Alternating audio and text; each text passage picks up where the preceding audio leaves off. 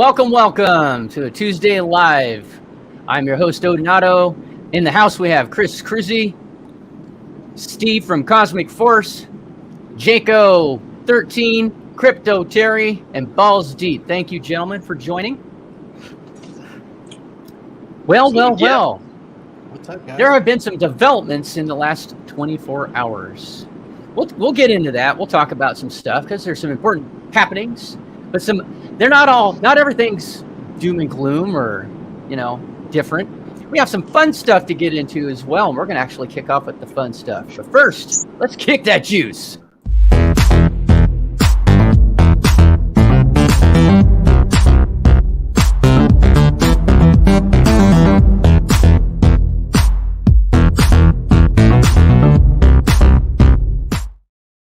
The only advice I have for you is have an open mind and try to have fun. Try to have fun in life. There's not enough of that going around, and there's always a time for this and that, but I don't know, man. Try to put on a smile today. Everything is not bad. Things might start looking up.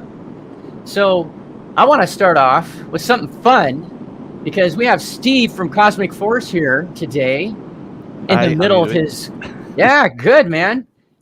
I can't even imagine how much sleep do you get? You're working so crazy hard on your project. Yeah. I mean, everybody's got to sleep. You got to sleep sometimes. So don't worry. We sleep. You got to do 2 it. hours a day. No. You got to do it. You got to do it, or else you're not going to think straight, are you? So advice to everybody: make sure you get some good sleep. So that's what I'm saying. I'd have to say that when I was in my 40s, it was easy to get by without, without a whole lot of sleep, right? But holy crap, getting into my 50s, I need more sleep. Yeah. Well, I mean, you do things with your body that I could, it comes out wrong if I say I could only dream about it. I don't mean that way at all. What I mean to say is, it's like... Oh, just got demonetized. Watch yourself. No.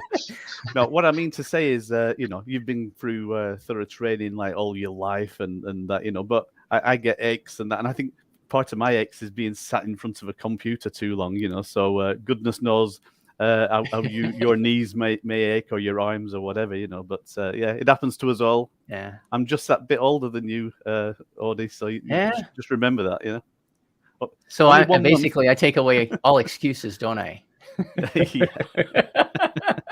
It's not everybody's bag to throw your body out there and abuse it. There we go. We're going down. Yeah, I'm getting demonetized. Yeah, you guys know what I mean. So so we're gonna. I thought we'd kick this off for the stream with something fun. Cosmic Force has released a new video as of a couple hours ago. This is a really cool video look into the game development video number 3. So let's see if we can get this to work right. Yeah, I was gonna say, can I just explain one thing about it just before? Okay, so what you're about to see is basically this is the own base, and it's part of the own base that we'll be releasing as part of gameplay.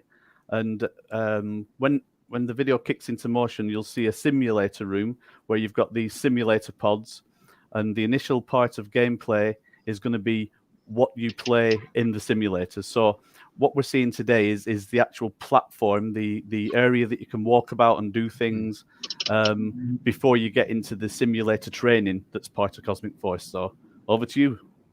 All right. I'm trying to figure out this layout to make this bigger without...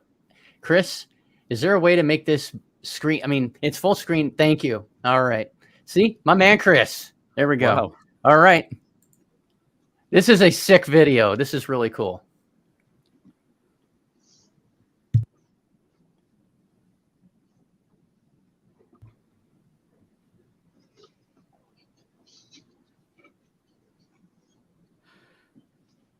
So I will do a little bit of a talk for it. Yeah, please. Like normally there's some audio going on, but it's just some music. So what you can see there, oh, don't worry. But what you can see there is basically the simulator pods. So we're just a quick fly through that room. But what it's about building the initial platform, and this is only a very, very small part of what will become the entire home base, the home world. And as we fly through like different areas, this is a video like fly through. We will be doing some videos showing some actual sort of gameplay of your character running through, and some of the doors that you saw earlier, that they do actually open, you know, in an automatic way. But today for this is giving you a fly through. This is the sort of mess room area where the cadets can meet up and get together. Once we start hitting the multiplayer, initially it's going to be single player, and it's all about getting into that simulator room and playing a few different types of simulator gameplay. The different gameplay that's going to be happening is like first-person shooter. We're going to actually be doing, there's got to be some space training as well. So there's going to be training on how to fly your starship. So you get basic starship training. And of course, you know, you've got to have an asteroid belt that you've got to get through without being destroyed. All that kind of thing is going to be happening. So today it's quite tranquilo as we go through some of these corridors. And again, it just gives the players that come in a chance to have a wander around. We may include some extra functionality into these sort of areas, that, like, for example, some consoles that you can go up to and get some information.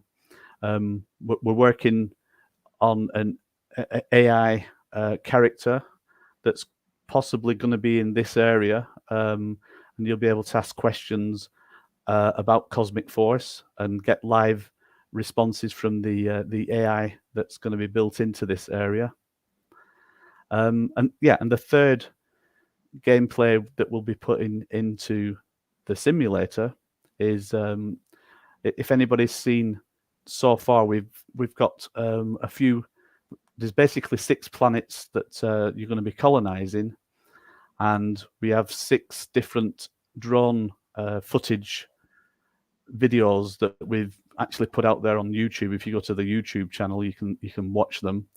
And what the drones did, they actually scanned the planets, and we're going to be doing simulators of the planets that you can go to, and you can actually colonize or do everything that you want to do for mining and building a settlement. So it gives a chance, basically through the simulators, for you to check out the planets before you actually go to the planets. So right now I think we possibly going to go back into the simulator room where the main action is going to be taking place. This is just jaw-dropping, Steve. It just blows me away. So I've got to say, like, it's Matt on the team. He's the main world builder, and he's built this. He's still working on it, and so each one of them pods you see there, they're the pods that you're going to be going into, and then basically going into a simulator, and it's a game within a game, you know. So you're in a simulator within Cosmic Force, and that's what it's about. And it just felt important that with everything going on, and we're doing a lot of work as well when it comes to the contracts, and of course recently we announced that we're doing a game in blockchain. Everybody's doing blockchains these days. No, they're not. But, there's a lot of things going on, and so I think it just felt the right time to put out an update, just showing the actual fun side. The reason we do what we're doing is because it's about the game in the end, and any value that maybe in NFTs or planet shares or whatever people have so far, that there isn't any worth unless there's a game at the end of it. So we just need to put updates out there and let people know what we're doing. So that's really cool. Enjoyed it, yeah. Yeah, I mean, I can't believe the level of detail that you can now do with the with Unreal Engine 5. What a game changer. I mean, no pun intended, but I mean, it is. It's just unreal. I like to key in on specific little things that just blow me away, like the as you're changing it was panning through different scenes, and you can see as it's panning past a piece of glass from one side to the next that the shadow follows or the reflection follows. Things, little tiny things like that, just blow me up. I just love it. Yeah, I think you like the blue tinted glass in there near the mess room. Yeah. But when I saw that, I thought, yeah, Matt, that is definitely good. I like how you put that there. So yeah, and and like I said, this is just a real small part of the Orm base, of the Orm world.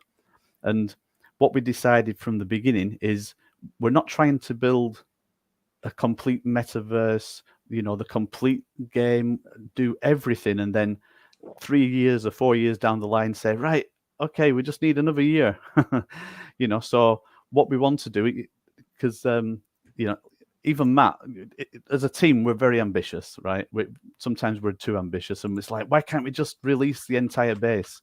Because what you see there is part of the entire base, and you can actually run around the entire base, but then it doesn't make sense. So the idea is that we release in iterations, small parts, and this is part of the reason for doing the simulator training, because these are games that we can really keep control of, and even release them as separate individual games, maybe on mobile or on Steam, and and it's a way of bringing more people in and building more gradual, not too slowly, but more gradual, but in calculated steps. So every step we make, it's a playable game, and people can enjoy, and all the time we're creating a path for people to come in down the line. So as it gets more and more complicated and complex, the training is being done. So you've got everybody like running up the ranks and becoming cosmonauts. Is that the right word? Yeah, sure. Why not? Comrade. Yeah. Cosmonauts. Yeah, that's it. Yeah, it's a bit Russian, isn't it? Yeah. Hey, the government and the cosmonauts, I separate that. I mean, they have nothing to do with what the president of their country is doing. So cosmonauts it is. Yeah, that's cool. Well, go ahead. Yeah, I'm going to say they are cadets. So at the end of the day, they're all cadets. I can see Mandalorian in the background. Like you've got a bit of the Mandals going on there. Yeah. Yeah, a little bit. Yeah, Star Wars in the upper right, left corner, whatever. Yeah. Oh man, I tell you, can't wait till the new Mando season comes out. It's never fast enough. And the Boba Fett series. What was that? Just one season, and then they nixed it. I read it. I was looking that up, and I was like, okay, when's the next season? And I saw that Disney officially announced that they weren't moving forward with that. And I saw, so anybody who's into Star Wars, yeah, that one got the boot. And let's see what else. Oh, Loki. I had read that Disney had stalled on that, and they actually have announced that they've already put Loki season 2 in the can, and they're editing, and it's coming out. So it should be out soon for anybody who is following that. This whole 6 episodes equals a season, I think, is a bunch of crap. I don't like that where things have gone. 6, 10 episodes, that's a season. Dude, there used to be 10 episodes. Yeah, when we were growing up, there was like you'd have 10, 12 episodes from like September into, like beginning of November. Then they take a break for 2 weeks or something for for a little bit. And, you'd have 20 something, almost 30 episodes in a season for a drama, and like twice that many for, a 30-minute show. And now, how long would an episode be as well? An episode would actually be a bit longer. Like now they can be like 18 minutes could be an episode, so. Yeah, it's whatever it is because it's streamed. So yeah, true. So yeah, thank you so much for sharing that with us, Steve. Gosh, it just keeps me waiting. I was like, I want to be a cadet. I want to be a cadet. I mean, we've got lots more we could talk about with it, but I know, like today people are hungry to talk about other things and that, so I do appreciate giving a little bit of time just to have that little space walk. like through a station Yeah. there, and to just to it's like going to the cinema. You know, I like going to the cinema and just like you just lose where you are and that, you know, and you're in the moment. So yeah, thanks for that. That was great. Yeah, I think we can all do with a little of that from time to time. Yeah.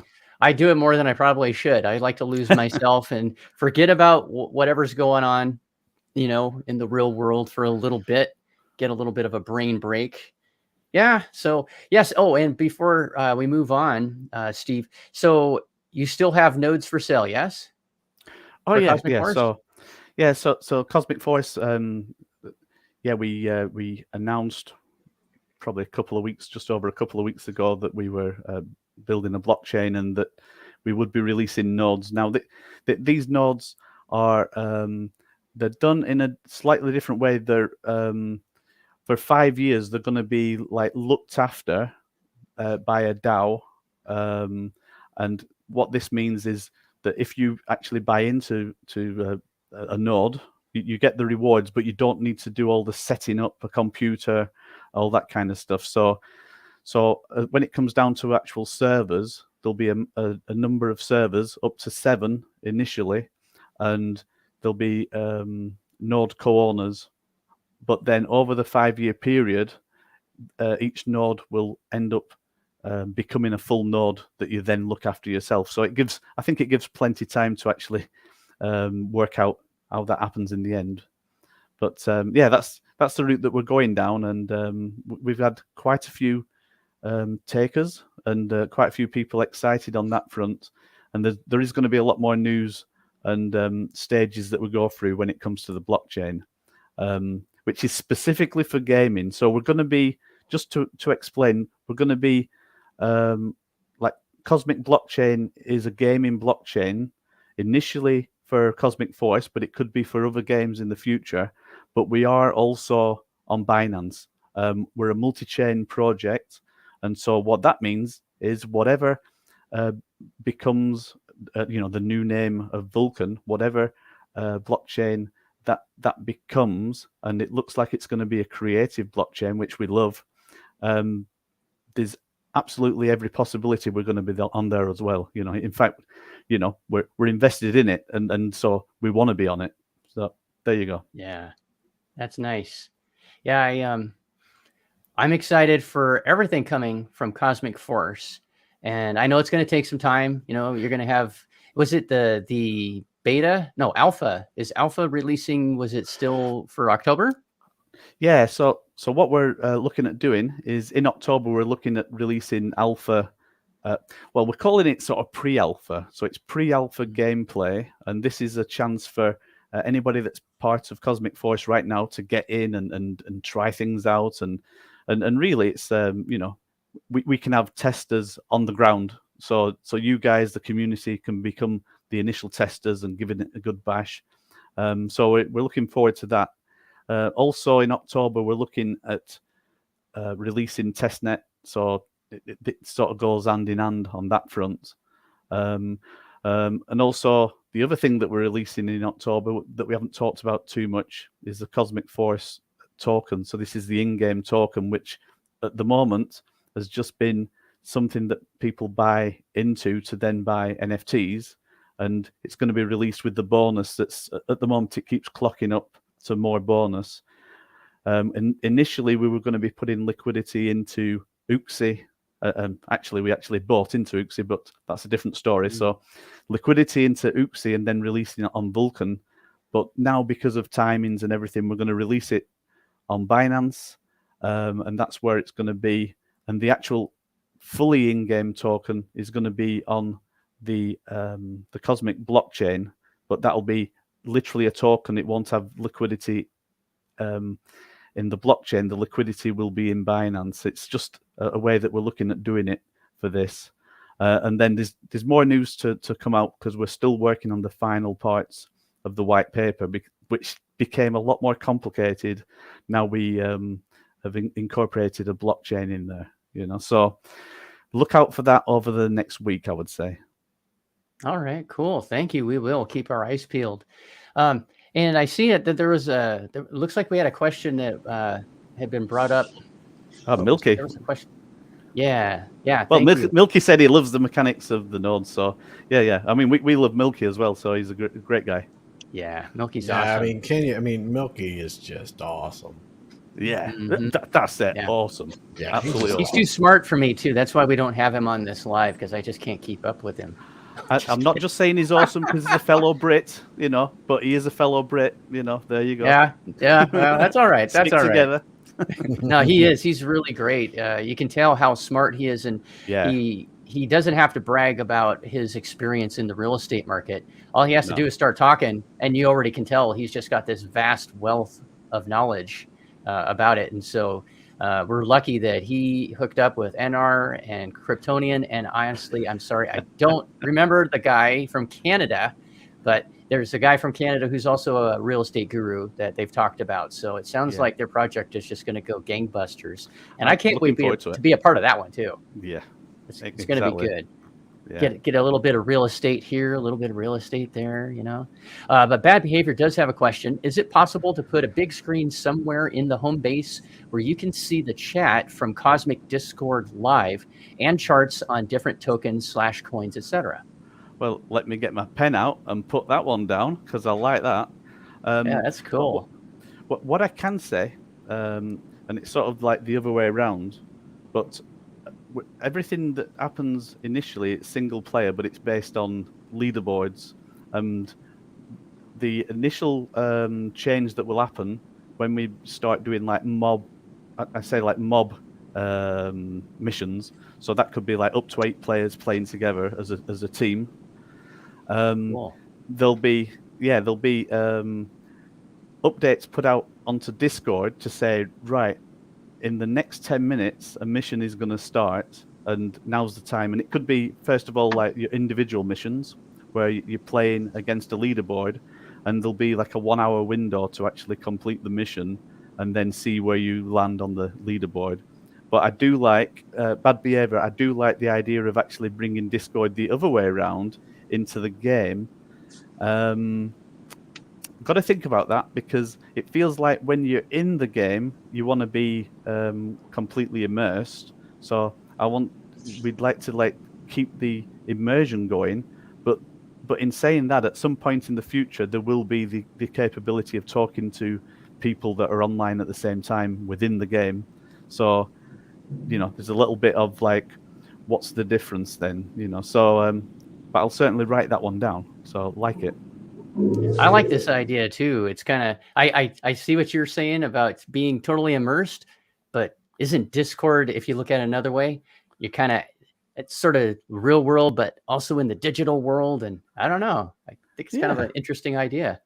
Yeah, we could have a special channel, which is the in-game channel. Yeah, I think that makes sense. Yeah. He has a follow-up here. Yeah. In that way, you don't have to minimize the game or exit to see the Discord, etc. It will keep you in the game more. I like the way this Bad Behavior thinks. So this is if you've only got one screen, So so all you people that may only have one screen, I think, I don't know about you guys. I've got this screen here, and I've got a screen here, and I've got a screen here. It's like, but yeah, I think it's a good idea. But I wouldn't like to switch it to certain. I think we keep it switchable just to certain channels in Discord. Right on. There was a question I saw. I happened to see that it was flying by Slumdog, I think it was, saying something about, or a question about why his comment was deleted or something. I don't see him on my channel. I don't see it anywhere, but I saw it come up, and I think he said he didn't comment, but he got a notification that his comment was removed. Yeah, I didn't comment, but I went and made him a mod on mine, so he's on mine right now. I made him a mod, so I'm like, if it gets messed up, then you can fix it. Right on. But can I just say one thing? Can I just say one thing about Slumdog Millionaire? Right, he had an absolutely great idea about doing a taco. What did it? A taco wagon in space, So, and then also like a Chinese one. So I guess on the Chinese front, it's a bit like like some of the like Blade Runner, where the Chinese cart comes up to the window, like selling all the Chinese and that. So I do love some of your ideas, Slumdog. I think you're especially out there. This one. Let's get it planned. Funny that you say that. He was the next comment. I like this comment, man. Yeah, let's definitely create a clan, and Chris could lead the charge, and then we can go kick some serious space. Well, I won't be leading anything, but I sure as hell. He says, "Are you going to be playing?" Well, let me see. I'm a degenerate gamer, so yeah, I'll be playing. It looks like a game I might want to play. And I don't even play games. Well, there you go. See, I saw the premiere of the video this morning. I'm like, oh. For heaven's sakes! Now there's another game that I'm gonna have to get so involved in. Oh, what a shame! What a people shame, are like, "Hey, could you do that?" Nah, I'm busy playing this game. It's tough. That's what it used to be like when I played EVE Online, like we've talked about before. Yeah. I would play it, and then the kids sometimes they just want to say, "Oh, Dad, blah blah blah," and I'm like, "Hold on, I'm in the middle of a battle." So yeah, I got a little bit too much, but. Yeah. You're like, you guys need to learn how to change your own diapers so I can continue. Yeah, exactly. This is important. This is very important. What do you mean dinner? Who needs food? Yeah, right. Yeah, you can just feed yourself. Yeah. Hey, they made it to their 20s and 30s, so I guess I didn't do too bad. I think still got diapers on. They all survived, huh? Yeah, they survived, but I mean, speaking of diapers, I'm not far away from that, so. Oh, you're going back into diapers? Oh, you're old, Odie. Maybe in the next 20 years, we'll see. If I can hold out at least 20 years, I'll be feel accomplished. So yeah. Not yet. Are you thinking of doing a bit of sumo wrestling? That's what you're talking about, is it? Yes, lightweight sumo wrestlers. Yes. Yeah, ninja to the bantamweights. Let's see. We've got. Let's see. Between the five of us, we've got what, 1, Goodness, 2, over 250 years worth of age up here, man. I wonder what you were. Well, with you guys, it's like 275. Well, maybe 240. 240, close enough. Yeah. Wow. Tartan Madman, thank you. As a gaming fan myself, am I too late to buy everything I need to be part of the game when it launches? I didn't have the money to invest in this amazing project, but I want to now. Oh, that's good. That's good. I mean, all you need to do is go to the website or go to the Discord and just ask one of the mods, like, what should I buy? And they'll leap on you, I'm telling you. But basically, the starting point for all of this is whether you're an alpha cadet or OG. There are a few OGs around that they give you like some good discount for the future. There's only 99 OGs that are ever going to be available. They give 35% discount forever on future new NFTs that are created in game, all that kind of stuff. But the incentive on that one is really that you have then the ability, imagine when there's thousands of players coming in and they don't get any discount, you've got the ability to buy things and then resell them on the marketplace. So it's a market driven economy, but that isn't where it stops. But if you look into it and you think, okay, I just want to dip my toes in, then there's also alphas available, and you get 25% discount on that. And there's 2,100 of them available, so there's still a few available. So, and then you can look into, the back videos and see what's been going on so far, because there's all different ways of creating the sort of revenue streams for the future. So, sorry, I keep stuttering, but with Cosmic Force, we're on more of a slow burn. It's not a get rich scheme overnight. It's actually a product that we're building, and the point is that many of these games that are out there, they actually take millions and millions to build. We're doing it on a shoestring. Let's say a shoestring, because that sounds good, but we don't want the quality to be of a shoestring product. So we're an independent studio, and we're actually building a product that players will be playing, that will grow over time. And we're looking to release fully in January. Let's say I'm saying February, and so I just want to give like 1 month leeway on that one. But we're looking to release officially and properly, like with the blockchain, in January. So I know you've heard that before, but that's what we're aiming for. So yeah, well, yeah, it's what you said though. You qualified that with that's what we're aiming for, and in the world that you're in, definitely delays and unforeseen things come up and glitches, and so I think more than anywhere else, this community would totally understand. We definitely would. That's just the nature of the beast with game development.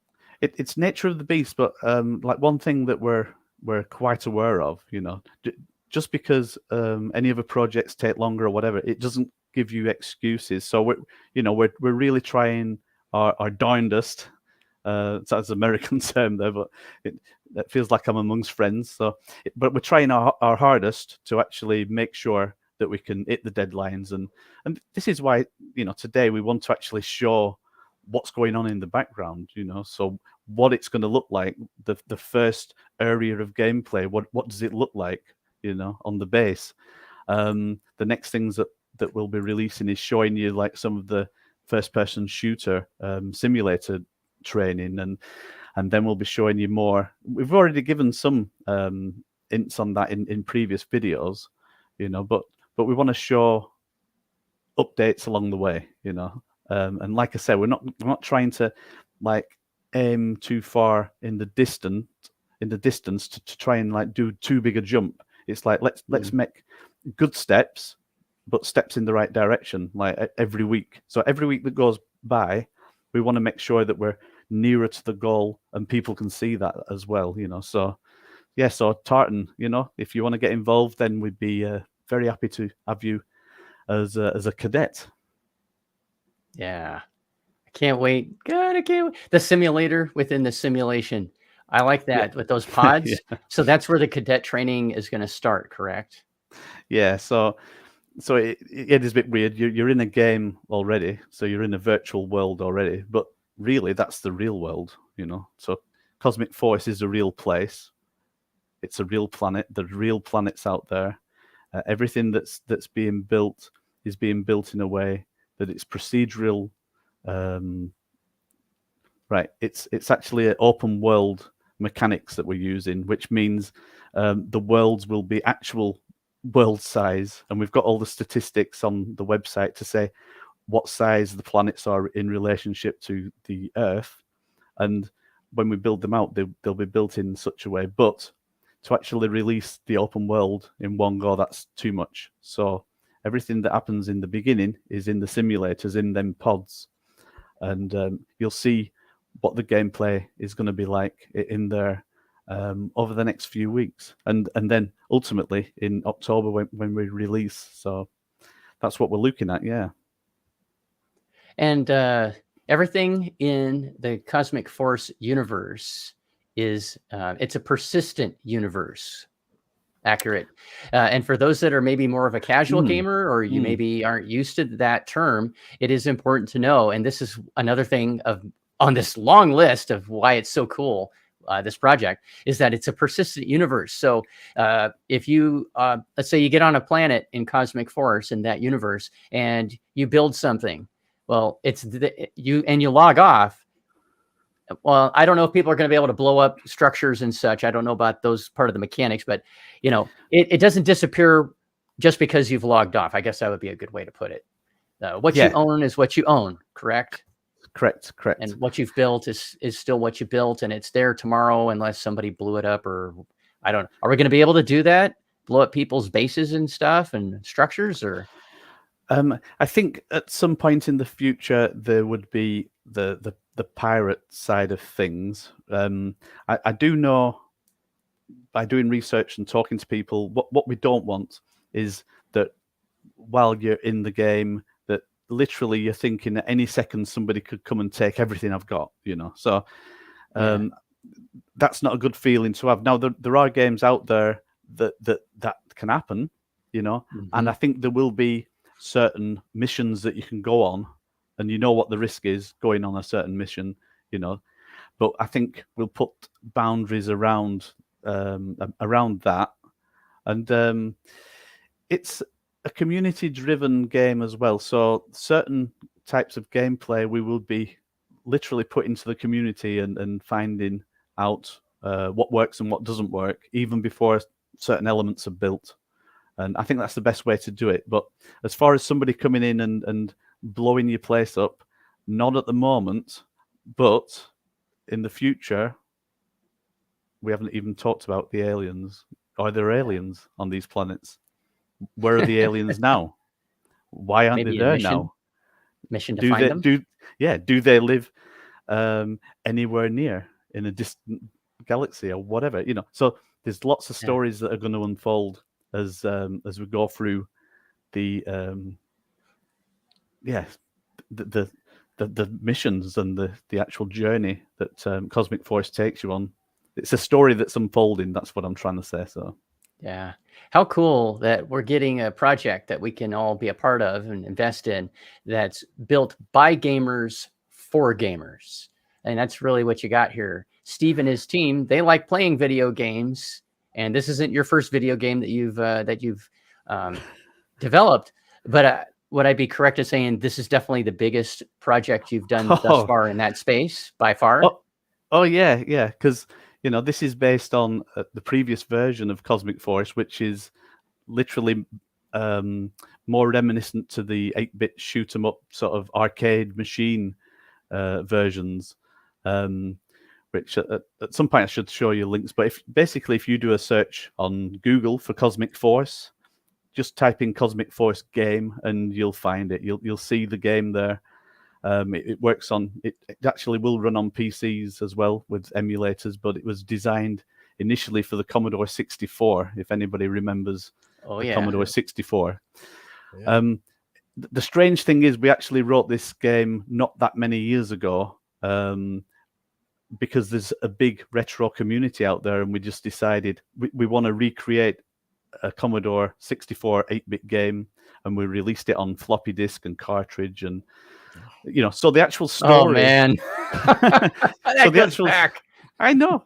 It sounds crazy, the evolution of where we're coming from to where we're going, but WaveM Studios, the team behind everything, we're actually a production studio. We're a film company studio, and that's how we first got involved with the community at large, like by filming in Dubai and filming over in London. But we've done a few documentaries. One of the documentaries is about Commodore business machines. It's on Amazon. It's called The Commodore Story, if anybody wants to look that up. It's a 2-hour documentary about where Commodore business machines came from. And like every business, there's always like a story behind how our business can become a big business. And in this particular one, it's a guy that survived. Well, I'll just say it. He survived Auschwitz, and he was liberated by the Americans. He came over and he started fixing typewriters, and down the line he ended up making computers and becoming one of the biggest computer manufacturers in the world at a certain point in time. But then, of course, we have Apple and IBM, and they all took over in the end. But what I'm saying is every project has got to start somewhere. And this is where Cosmic Force starts. It starts from the retro world. It starts as a retro game. And now it's cutting edge technology. We're using AI where we can. We want to be able to use AI to influence the game so that if you play a game or a mission twice, it's never going to be the same, because there's subtle differences that are going to happen because of the AI element, and just anything that we can sort of throw into it to make it as cutting edge as possible. But we don't want to stop ourselves in the tracks, because we're just trying to chase technology. We will be using proven technology, even when it comes down to AI. It is a little bit cutting edge. On Discord, we created an AI channel. So we've got something called Cosmic AI.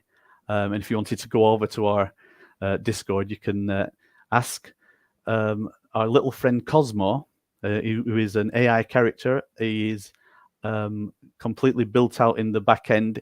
He's a little bit unintelligent in areas because he's only programmed up to know what he knows.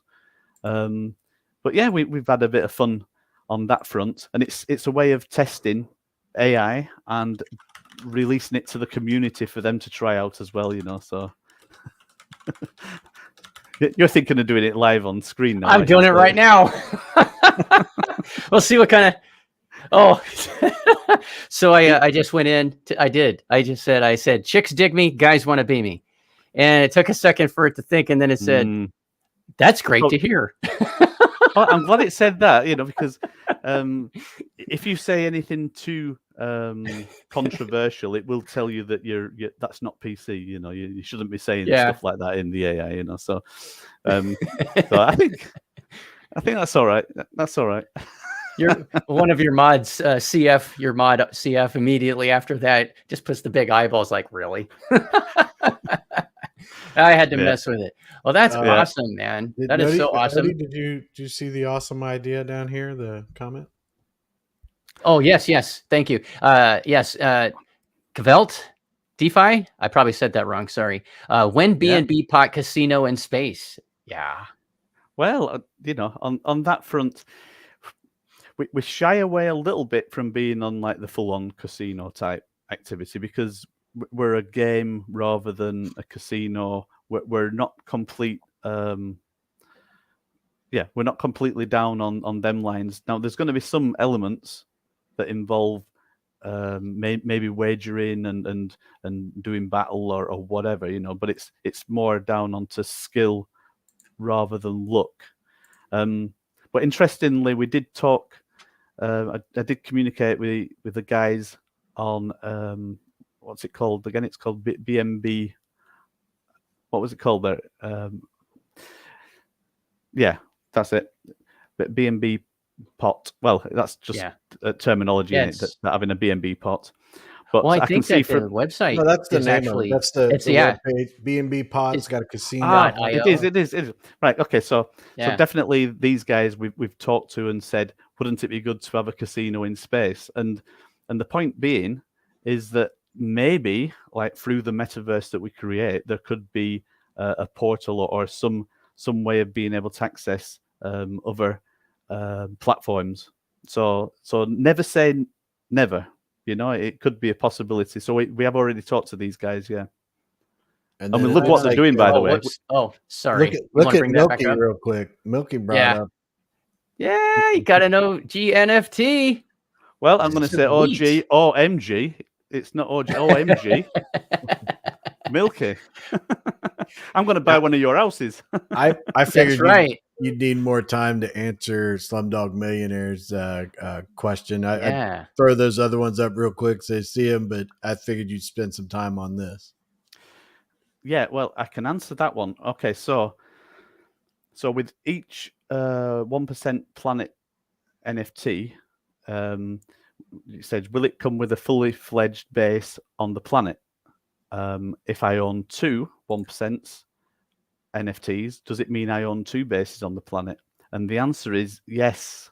For every 1% NFT owner, co-owner of the planet, there is actually a base that you get.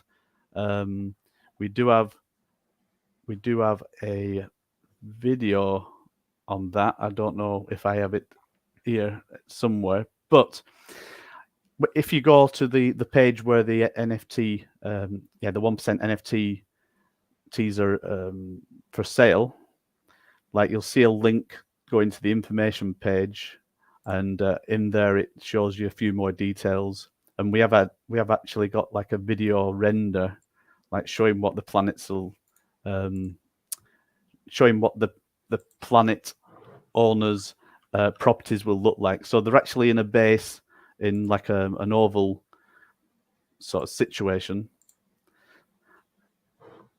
I don't know if I don't know what controls I've got from this side, so I wasn't sure on what I can do. You want to show on the screen? You want to share your screen, or possibly. If you want, you're able to. You can go to the very bottom of the screen where it says present, and it has that kind of a picture of a monitor with a plus in it, and you can choose to share either a tab from from your browser, or you can share an entire screen or an app if you wish. It was only if it was like really there visible. Right. Okay. So I'll attempt to. Or if you want to come back to that in a minute, that's fine. No, I can do that right now. So the answer is yes. This is what it looks like. I will get it onto the screen just here. One second. It's gonna be coming up, and it's gonna be. While we're waiting for that, hey MCM, if you're going to sleep, man, you don't have to watch. It's up to you. I mean, I'm not here to get. I mean, hey, I'm here for fun. It's fun. So if you don't like it, you don't have to watch it.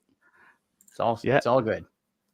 But anyway, just show that very quickly what I've got. Oh, okay. I've shared just there. So that's basically it's a base that's got a platform that you can put your starship on, your starfighter, and yeah. So there you go. But so who's falling asleep then? Hey, not me. I think this is cool. I think this is cool. Everybody wants something different from the lives. That's why there's a whole bunch of us. And right now we are simul streaming on 8 different channels. So something I wanted to bring up actually on a side note. We got some background noise. Let's see. There we go. Sorry, balls deep. When we run these streams, we try to do our best to entertain you and give you the information that we can. We're human beings. We do our best. We can't get to every single question as much as we would like, especially now that we've kind of, most of the time we're going live on 7, 8 different channels at the same time. So all of the comments that you see on the channel you're watching us on right now are the only ones that you see. But on the right side of our screen, all of us up here, we can see all the comments from all 8 channels, and it's a lot. There's about 80 odd people watching right now, and we appreciate you joining us. And it just kind of let you know, because last night on the live stream that we were doing, there were a couple of folks that got a little upset that, some comments had been missed or questions had been missed. And I just wanted to say that, we do our best, and we certainly don't want to miss anybody's question.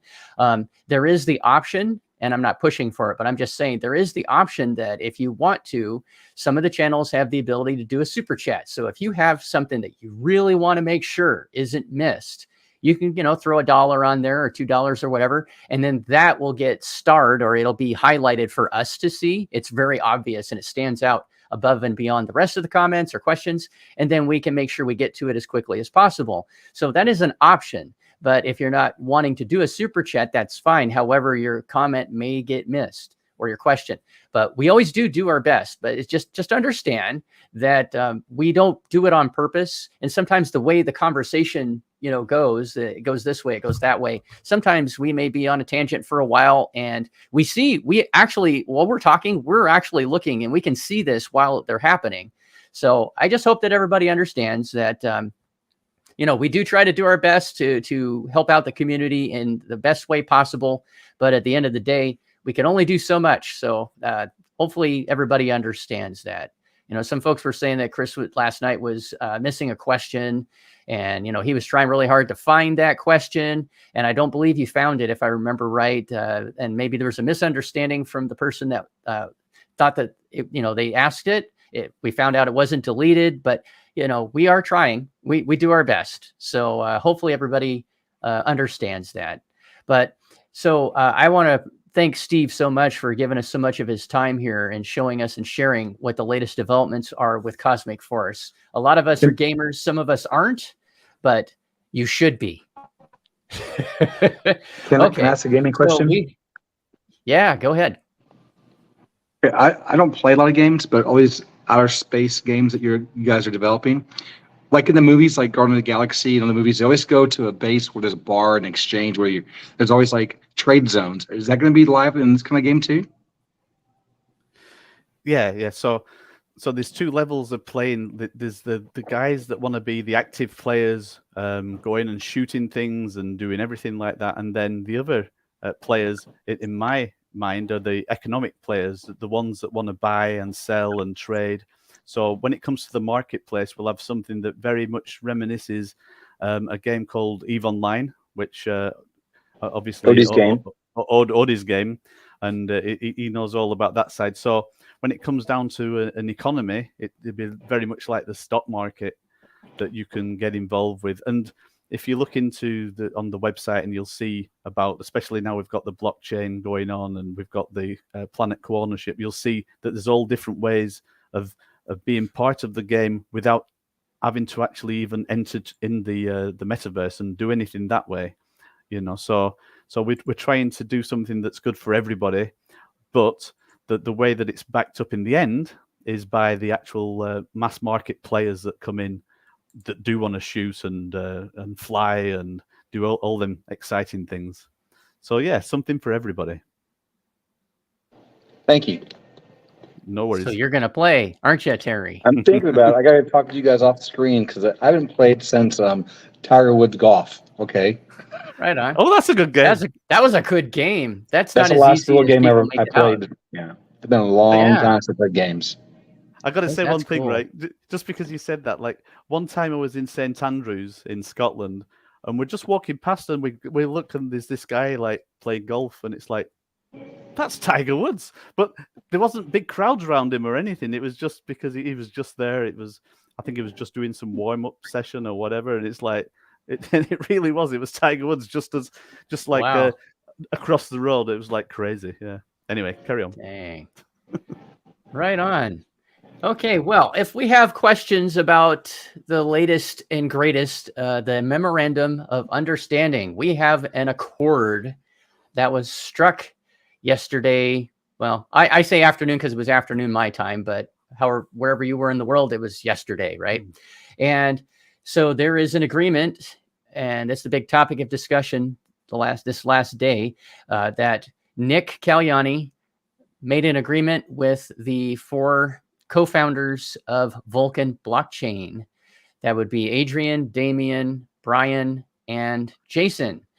And this question came up a while ago, but we weren't on the topic yet. But I just wanted to make sure that Vulcan Money knows we did have this one set aside. So you wanted to ask, what's the latest scam scheme Brian is trying to pull on Nick and Vulcan?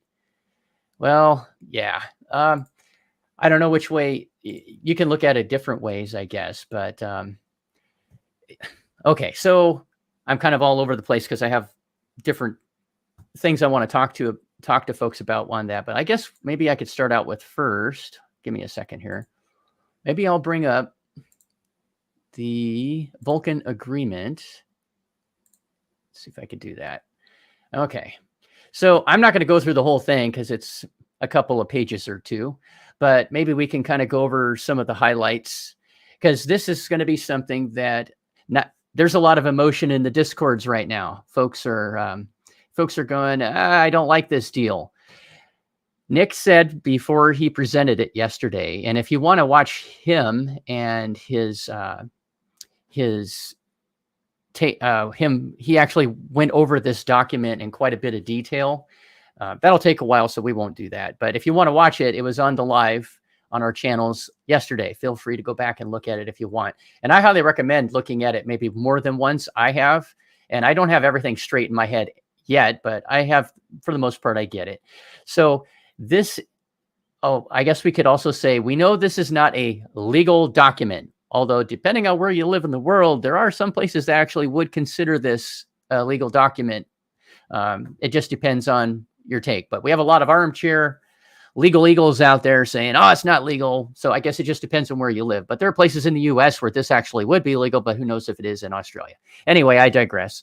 So this MOU, which is a Memorandum of Understanding, specifies the terms and conditions under which the current leadership will transition management authority of Vulcan blockchain to a decentralized autonomous organization under the leadership of Nick Kalyani.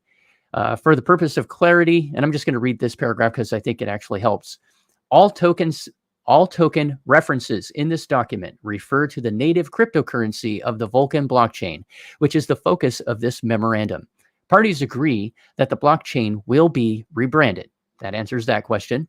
All references to token mean the primary rebranded, unambiguously new blockchain that will be activated as mainnet release candidate 1, subsequently upgraded to mainnet release candidate 2 and RC3, and finally mainnet, which is production.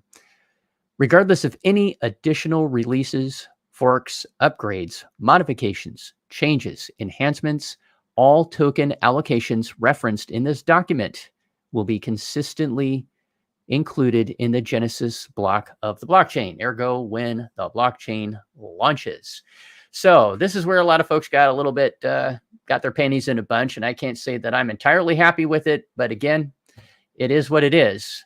And I'll explain where I'm coming from with that in a minute. So token allocations, you can see it says the token allocations at Genesis will be as follows. eLabs LLC will get 2 million. And if you, those that don't know, that is a company that is owned and run by Adrian and Damien, 2 of the co-founders. Nick Galliani gets 1.5 million. Brian Legend gets 1.4 million. Jason gets 1.25 million. And the team will get 1.3 million. This is important to know. All of the above tokens will be locked for 6 months, during which time they will vest, but not be transferable. So they can't just dump them when the Genesis happens. That's good, at least. At the end of the 6 months, the vested tokens will be transferable. The balance tokens will vest equally per month for 30 months, 36 months total vesting. On that note, maybe if anybody here on the panel is able to explain this to me, because I'm missing something on this last part. The balance tokens. What are the balance tokens? Because I looked at that over and over yesterday, and I was like, I get the first part, that first sentence or 2 sentences. I get that, you know, the above tokens that are listed up here. It says they're locked for 6 months, during, you know, which time they will vest but not be transferable. I get that. At the end of the 6 months, the vested tokens, which is what they just explained, which is everything up there, will be transferable. But what is the balance tokens? What balance is left over? I mean, am I missing something? Yeah, so I don't know. I don't know what that means. I think. Yeah. I didn't have a chance to ask it last night before I had to get off the live when Nick was on there, unfortunately. You know, the funny part about it is I've read through this several times. I didn't even notice that part. So, yeah. Yeah. I was just kind of thinking, what's the balance tokens? Because if those tokens, you know, everything up there that we're seeing, these all can be transferred after 6 months of vesting. What do you think? Are the balance tokens the ones that are going to get the 1.5 million, 1.4 million? Is that the ones that are being invested for the 36 months, whatever it is, the longer period? That it says all of the above tokens, so that's all these guys, right? So it says they're locked, right? They're locked for 6 months, and they have to vest, and they can't transfer them. They can't dump or sell them off. So I'm just kind of wondering, unless I'm missing something, and I'm not the brightest bulb in the room. That's why I surround myself with you guys and everybody in the audience. If anybody in the audience maybe has a take on that, perhaps, you know, that would be great. I'd appreciate any thoughts on that. But yeah, and we did invite Nick to come on, but the poor guy, he's dealing with the flu, and you know, that sucks. So I totally understand, and I hope he takes a little bit of time to, you know, get back on track, because it's no fun working hard when you're already down. It just makes it harder. But anyway, that was kind of something. So I figured I'd mention that. But and then the second item there, it says the Genesis wallet. So Brian's wallet, and we know that's not the only one, but this particular wallet is going to be credited to almost 212,000 tokens at Genesis. This wallet's whitelisted and will never be blacklisted or be prevented from interacting with the blockchain or limited from transacting with tokens. Again, this is not the bet. I mean, it's not the deal that everybody wanted, but Nick, in good faith, did the best freaking negotiation that I think was available to him. And it was a negotiation. Nick mentioned that multiple times yesterday. It was a negotiation. You know, that doesn't mean that everybody gets what they want, right? You have to there's some give and take. So again, I'm not saying that it's the best, but that we could have, it's not awesome, but it's better than nothing. I look at it this way. I'm not happy about it, but I'm not happy with the result, but I'm happy that there is a result. It's one that I can live with, Again, not totally happy, but I can live with it because there's a light at the end of the tunnel. It's a small one right now, and we have a chance for that light to, get brighter. And hopefully when we get to, full release, things will start, they'll really be swinging, and we'll have some momentum, and we can just keep going up, up, up. So that's my hope. We have a comment from Saeed. He says part 2 shows Brian will credit 211,000 tokens. So maybe the balance is the remaining maybe of his total. Yeah, that's better than what I could come up with, Saeed. Well, I think I'm getting a little confused by that, but I thought that the 211,000 were are they going to vest? I thought that was like they completely are not going to, they're whitelisted and they can interact with the project at any given moment. There won't be any kind of vesting or anything like that. I thought my take on that. Yeah, I don't know. My take anyway, and it might be totally wrong on that Genesis wallet, that number 2.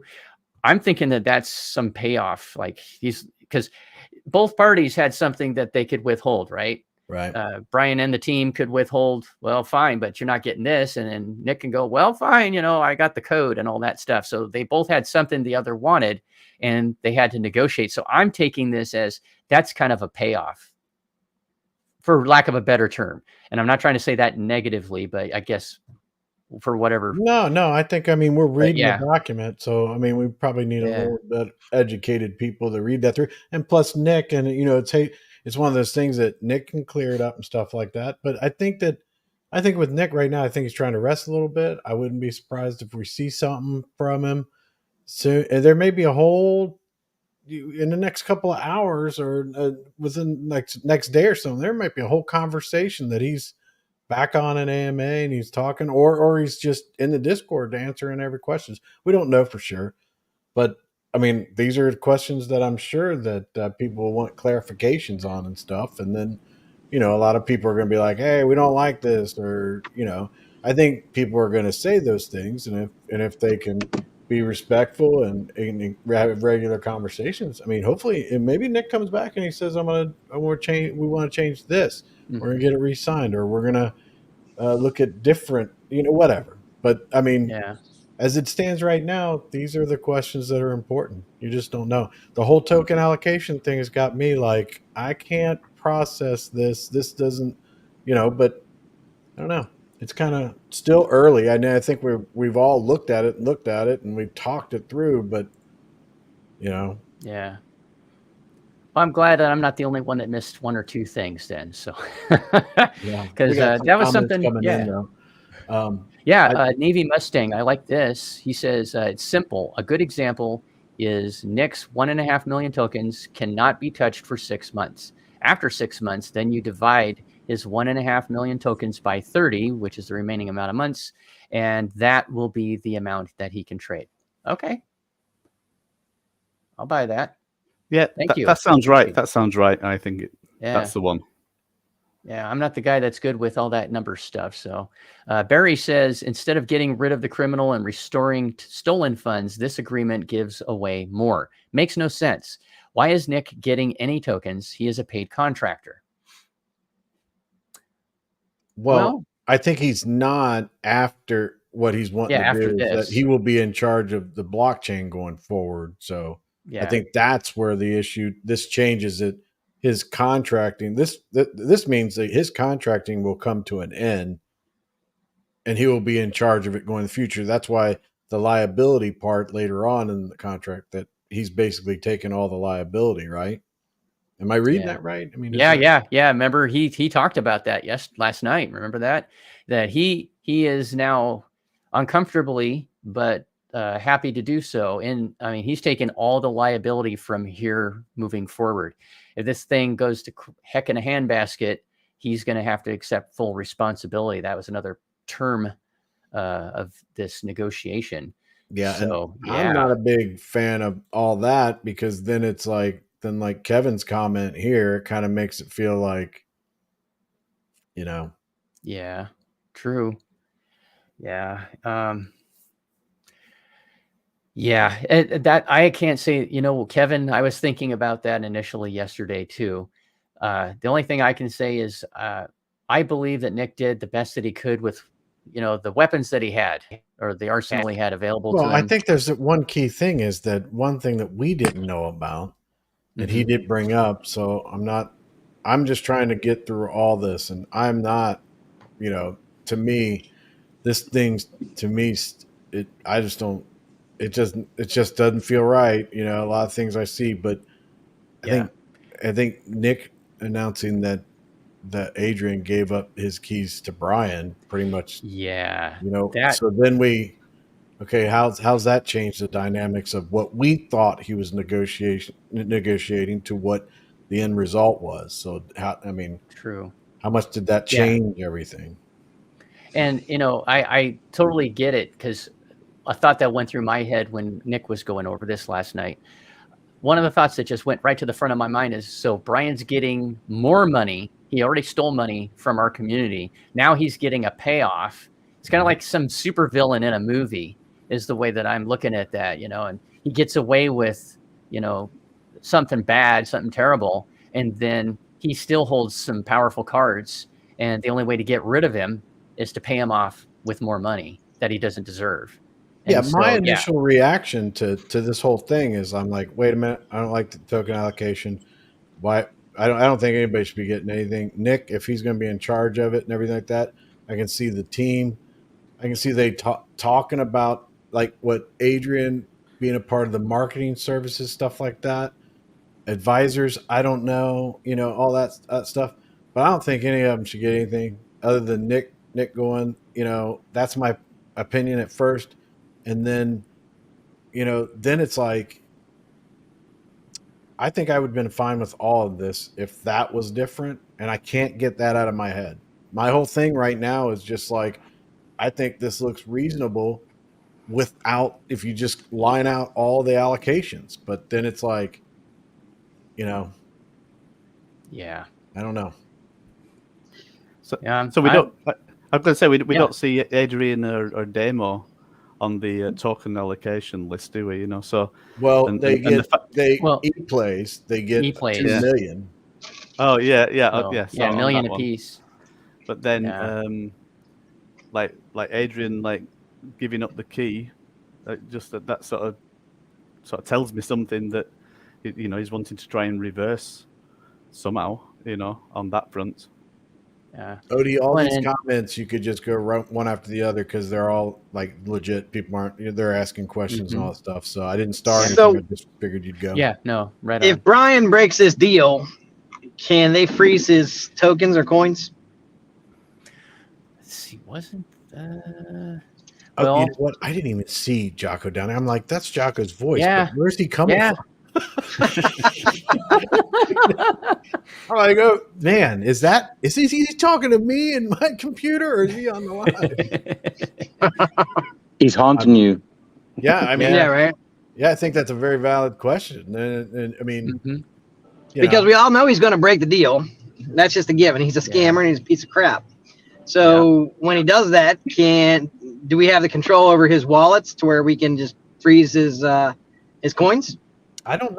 I mean, I don't think that that's an issue. But one thing that I did think about, and I don't really know a lot about, and I'd like to learn about, is what are the terms and the conditions of governance for the DAO that they speak of in there. So what does that mean? Is that going to be a question that this comes up in the DAO, or is there a, what's the DAO going to be doing? Are they going to do the spending, all that kind of stuff?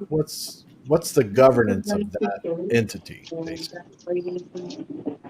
Yeah. So many questions. And Nick, when he was going over this document last night, he answered a lot of good questions, but as you can see, we definitely have more, and they're all valid questions too. Some really great questions coming. Well, look at this question on the screen. I mean, I didn't even think about this. I thought this exactly yesterday. As soon as this was coming out, I think I had messaged Odie, but is it been confirmed, or how many nodes does Jason and Brian and those guys have? Like, the only thing I ever heard was now I don't know this for sure, and I think Kryptonian or NR had said something about the fact that And isn't he verified that Jason bought he personally bought a node, and he's verified with the node through the node chat. So yeah, the group talked about that too. Yeah, I talked to Jason, I don't know, about a month ago or something while this stuff is starting to blow up, and on the phone. And during that conversation, that was the first time that I found out that he bought one on the open market. I'd also talked to him way back just before Node Sacrifice. What was that, October 20th, I think, something like that. And I had talked to him at that time about nodes, and he had said at that time he is not buying nodes. He wanted to make sure everybody got one. That from the community, blah, blah, blah, blah, blah. And then when I talked to him about a month ago, he had said that he had actually bought one on the open market, and it was obviously for more than what it was. Now, I don't have any proof. I just have, that's what he had told me. But yeah, that meshes with the conversation that Kryptonian had with him too. I was wondering, like, what qualifications are, how is he going to pick that large from the community to sit on some of those places on the DAO? Yeah. But, I mean, I don't want to be on it. I'm not that smart to be on it. I just wonder how they're going to qualify who might be eligible to be on it. So wouldn't you? Yeah. I mean, you're figuring, if you look at this, Brian and Jason are going to have an enormous amount if you think about it. So will they? How are people elected? I mean, does that stand? Does it be like, you're just elected by just the community? Is that going to be something that's a legit vote? Can it be tampered with or anything like that? And then does it go by you get more votes the more tokens you got or coins that you have? Right, is it a popularity contest, or someone actually knows the workings of the more detailed stuff, like Milky and those guys? Yeah, and you need to have educated people that would know what these things we're talking about. We just spin in circles. Be like, you have to explain everything that's going on when it's like legitimate expenses or legitimate things that need to happen. But one of the things that I wanted to jump down here to this comment because we were just talking about it. I didn't want to move away from it. Go ahead. But yes, Gus, I did start that one because I wanted to go back to it. But that's what I'm saying is if the token allocations were not even in there, I don't think I'd have a problem with any of this. But then you're like, well, what does Brian and Jason them get? And then it's like they shouldn't get anything. But yeah, okay, in a real world, I don't know. But Biz says, was it explained why Adrian gave up the key? I apologize, but if it was explained, I have no idea what it was. I don't think that Nick explained it, but no, he didn't. That had happened, and that was in the initial part of when he was talking. That the negotiations changed the dynamics because of that. And I actually think someone said that to him, and he said, "I'm not sure." Like I don't think he didn't say, but he said he thought it was best to do that. So Adrian thought that. So. But. Okay. Yeah, I remember Nick said that he brought up the comment that someone had made about Adrian giving his key to BL, but I don't recall him going into detail about it, like why or whatever. Which, yeah, I'm kind of shocked. Why did he give it to him? Why didn't he give it to Nick? Which is what a lot of us are asking. So, yeah. That felt like a backstabbing moment. Yeah. Well, yeah. You know what? I mean, it's hard to say with all this. We don't know. We never really heard much from Adrian, and we don't know what transpired. But it certainly looks like that. And I don't want to, but damn. But left here are. Yeah. This C. Rodriguez, this is a person I like to hear from because they're very knowledgeable and stuff. Tons of comments from this individual. So.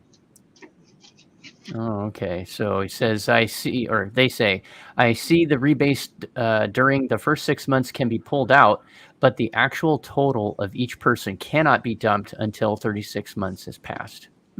Now, that is the allocation, but that is not, and C. Rodriguez and other people, you confirm that, but that does not include the 211,295 coins that Brian would get, he can do that at any time, You right? can dump right at Genesis. Yeah, it says that if I go back, it says this wallet is whitelisted and will never be blacklisted or be prevented from interacting with the blockchain or limited from transacting with tokens. So he could play whale games with at least that wallet. But of course, he can set up other wallets. So, yeah. I can't even imagine what it would have been like trying to negotiate that with someone like him. Just not a fun moment. Yeah. Some other kind of important things to know, and this is good. Point number 3, developer invoice. You know, Nick was waiting to get paid $135,000, which is now what, 2.5 weeks, almost 3 weeks overdue. And the pending developer invoice of $135,000 will be paid within 24 hours upon the time of all parties signing this document. So that'll be within the next 5 or 6 hours at the latest. That he should have those funds. The Discord ownership, and I'll just paraphrase this. Brian's going to transfer the ownership of the current Vulcan Discord server to Jason. And Jason agrees that if there's no confirmed successful deployment of the blockchain to mainnet within 60 days of the signing of the document, he's going to transfer ownership back to Brian Legend unconditionally. And it goes on and it goes on, and talks about, you know, admin roles, et cetera, et cetera. So that you can read that later. There's not an awful lot more to that. But the ongoing roles, this is definitely worth talking about. The following will be the ongoing roles of the former leadership. Brian Legend, original founder, no involvement, 0, zip. Jason Mathos, advisor, no formal role in the DAO. Adrian, contract agency marketing services, no former role in the DAO. And Damien, advisor, no formal role in the DAO. So it looks like Nick was able to at least get something. Brian has no involvement. Well, I think the one thing that Nick made very clear is that he didn't want Brian involved in that. I think that he felt okay a little bit with Jason and everything up until recent events and stuff. You know, I'm not sure how that went, but he basically said that he didn't want to be involved in Brian, and I don't even think they could have got to the table with that being something, you know. So, you know, that, I mean, Nick has stood by that. He doesn't want, you know, Brian to have any part of that, but at the same time, it certainly looks like he's going to have a part of it. Did you? I think that there's. Did you see the starred comment up there? And then there's a couple in between. Yeah, I started the one from Rojo. Yeah. Yeah. I'll read this one real quick and then I'll go to that. Antonio says BL vesting terms should be different. Agreed. 18 months that he can't touch them. I wish it was something like that. I think it's none of it. Yeah. Honestly, I don't think it should have any, but man, it's like, well, hasn't he taken enough? That's what I'm saying. It's just a constant leech, man. You got a 200,000 tokens originally that he can do as he wishes to continue to drain everything. And then after, say, 30 months, he can dump and do whatever the hell he chooses to do. And in that meantime, you and I both and everybody on the damn planet knows he probably has 15, 20, 30 nodes that he's going to continue to leech out of this entire community. And I love what Nick has done for the most part, but that blows my mind. It's you're going to bed with the devil each and every single night. I don't understand it. Yeah, that's a good way to put it too, Balls Deep, because that's kind of what I was thinking is, going to bed with the devil. And I guess the only alternative would be somebody who has a big giant checkbook, write a check and give Nick access to all the money he needs and then walk away from those guys. Yeah, but instead of just taking 900 and some odd thousand that essentially could, I understand that is a lot of money. I'm not discrediting any of that. Instead of that and just basically washing your hands, relatively speaking, and basically creating a community, generating income another way, whether it's super boosters or whatever else, this dude is taking well more than 900 and some odd thousand. Well more. 10x that. And that's on top of what he's already. 40. I mean, it's unbelievable. And this dude, it blows my mind. And like I said, I understand that whatever's obviously transpired, obviously we put trust in Nick, and I'm not saying that he's not a good business guy, but man, this is just insane to me. And that's just my two cents, and just going, I don't know whether I'd rather buy a Powerball ticket or be sitting in Brian's seat right now, to be honest with you. Right. Yeah. Yeah, I agree with that. And I was going to say that, but I was choking down a burger. What a burger. Yeah.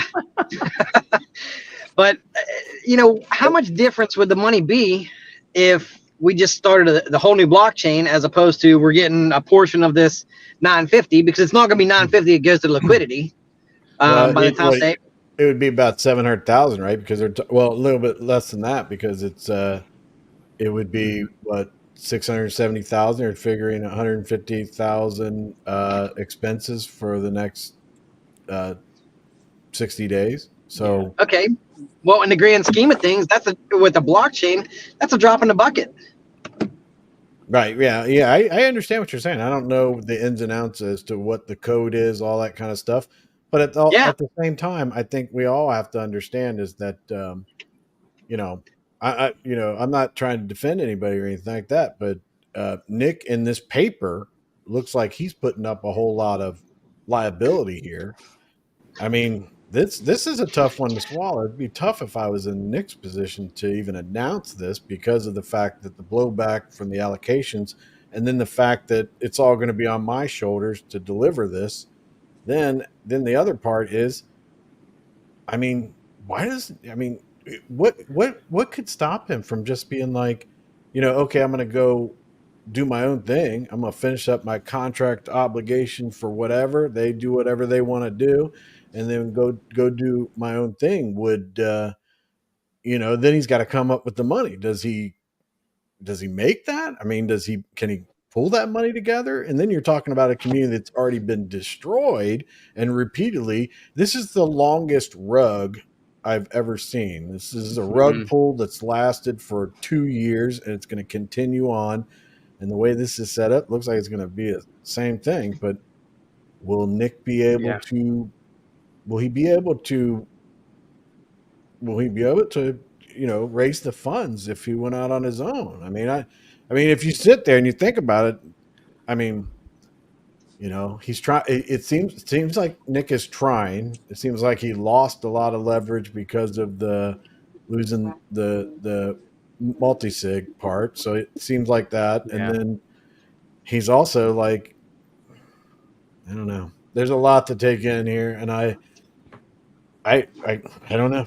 I don't like the token allocation and everything like that, but man, I think Nick is doing. I really do. I think that he's kind of been given crap in a sense. He tried to Yeah, but at the same point in time, I mean, has it been proven that Jason even had that many coins, or even had, not that many, but even had a larger even bag? I mean, basically, you're giving this dude this amount of coins, you're giving this other dude, after he's already sucked everybody dry, this amount of coins, and it's just like, it's just going to be, once again, as Chris just mentioned, the longest rug I've ever seen. You think the chart's going to look sexy at any point in time? No. I have more respect for people that rug than this, because you rug, you're like, my money's all gone and everything like that, and then you slowly get over it. But every single time that anything, I mean, this whole entire time, even like parts when I wasn't even paying attention, but ever since I've been like paying attention, it seems like every couple months it's like another devastating thing, and it's like, man. But I got to give it to Nick for trying to step up and everything like that. But man, this is another tough one to swallow. It's bloodletting. Yeah, I feel like we're being bloodlet. That's what it's going to end up being. And I honestly would I would feel like, I don't know what Nick's saying. I know that he wasn't feeling good and everything like that. I don't know what he's thinking and everything. But me, I'm thinking, I'm done with this. I'm done with this. This is these guys. I don't want to have anything at all to do with Brian Legend and Jason. Any of this stuff. And I just think it's like, I don't know. No, yeah, I know. I'm with you, man. I apologize. But the other thing is that I also don't want to be like telling the community what they should think. So they people got to make up their own mind, stuff like that. And I don't want to try to sway them one way or the other. True. So yeah, go ahead. Oh, I was just saying. So Nick definitely is biting. There's a big chunk he's biting. This is a big task, right? But can Nick produce the goods? Can he actually like produce the blockchain, do everything that he says he wants to do? Well, I believe the answer has got to be 100% yes, or else he would not be putting his name on the line like this, right? So I try and look at the motivation. What is the motivation from Nick to do what he's doing? He's a good businessman, right? He's done a lot of things over the years. And so is it purely business? I don't think it's purely business. I think he feels like there's a community side to what he's doing. Is he stretching too far? I don't know. Has he had quite a bit of money in company wise for different aspects? He's been very transparent about that. He released documents showing exactly where money's gone, and there is a lot of it, right? Granted, there's a lot there. Is he a good businessman? So, sorry, I'm just having a little vent. But is he a good businessman in that he sees there's more money to be there, and he can bring it into his business and make more money? Well, I know it sounds a bit weird, but at this point in time, the easiest option for Nick would have been to let it go to the wall, and it's like, well, I've delivered everything I need to deliver, and it just didn't happen. I can walk away, right? So I don't think he's taking the easy option here in what he's doing, but he's not going to do it in a way where it's bound to fail. Now, if he does, then he's an incredible businessman, you know, in that you can work on a project, make sure that you get a lot of money for the contracts, and you know, one thing as a community, right? Because Nick says it's the community project now, right? This is a community project. Well, within the community, there are developers, there are people that know all about the development process, and as a community, we need to be able to. I'm not saying look at source code, look at Git repositories, but we need an element within the community that it's treated like a business, that it isn't just 100% that we trust everything that's happening within Nick's business. He's been happy and open to be transparent to everything that he's putting on the table. And I think going forward, this should extend into the business realms, right? So we're talking that individuals in the community can actually be part of the internal auditing as a community, that we know that certain things are being done.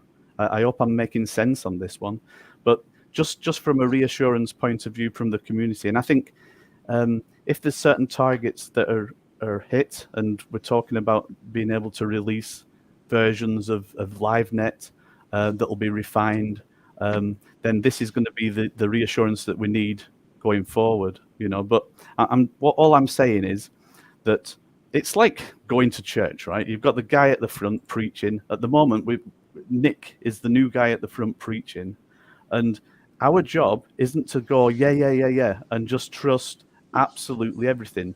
There's not a problem with questioning decisions. There is not a problem looking at this document and going, well, you know what, I like that, but I don't like that. And I think it's good for us to be able to be open and mature and say, look, you know, we like that, but we don't like that. We need more detail on that. You know, and this is what I'm talking about, like the business practices as we go forward, right?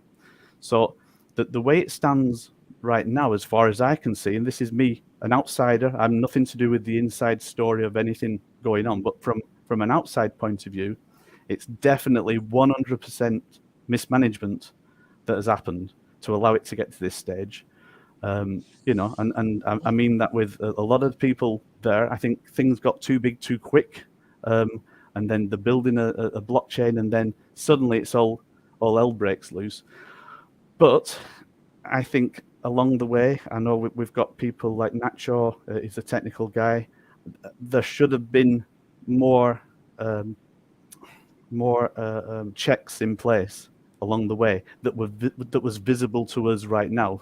So what I'm saying is, going forward, let's make sure them checks are in place for us, because now it's becoming the community project. So as a community, if we have them checks in place, that we're happy with progress, we're happy with money that's continues to go to Nick and the development that's going there. And I have no problem with that, because we need development to be done. We need the marketing. We need everything, all the aspects. It's a business, right? But we need the checks in place as a community to know and understand why this is required.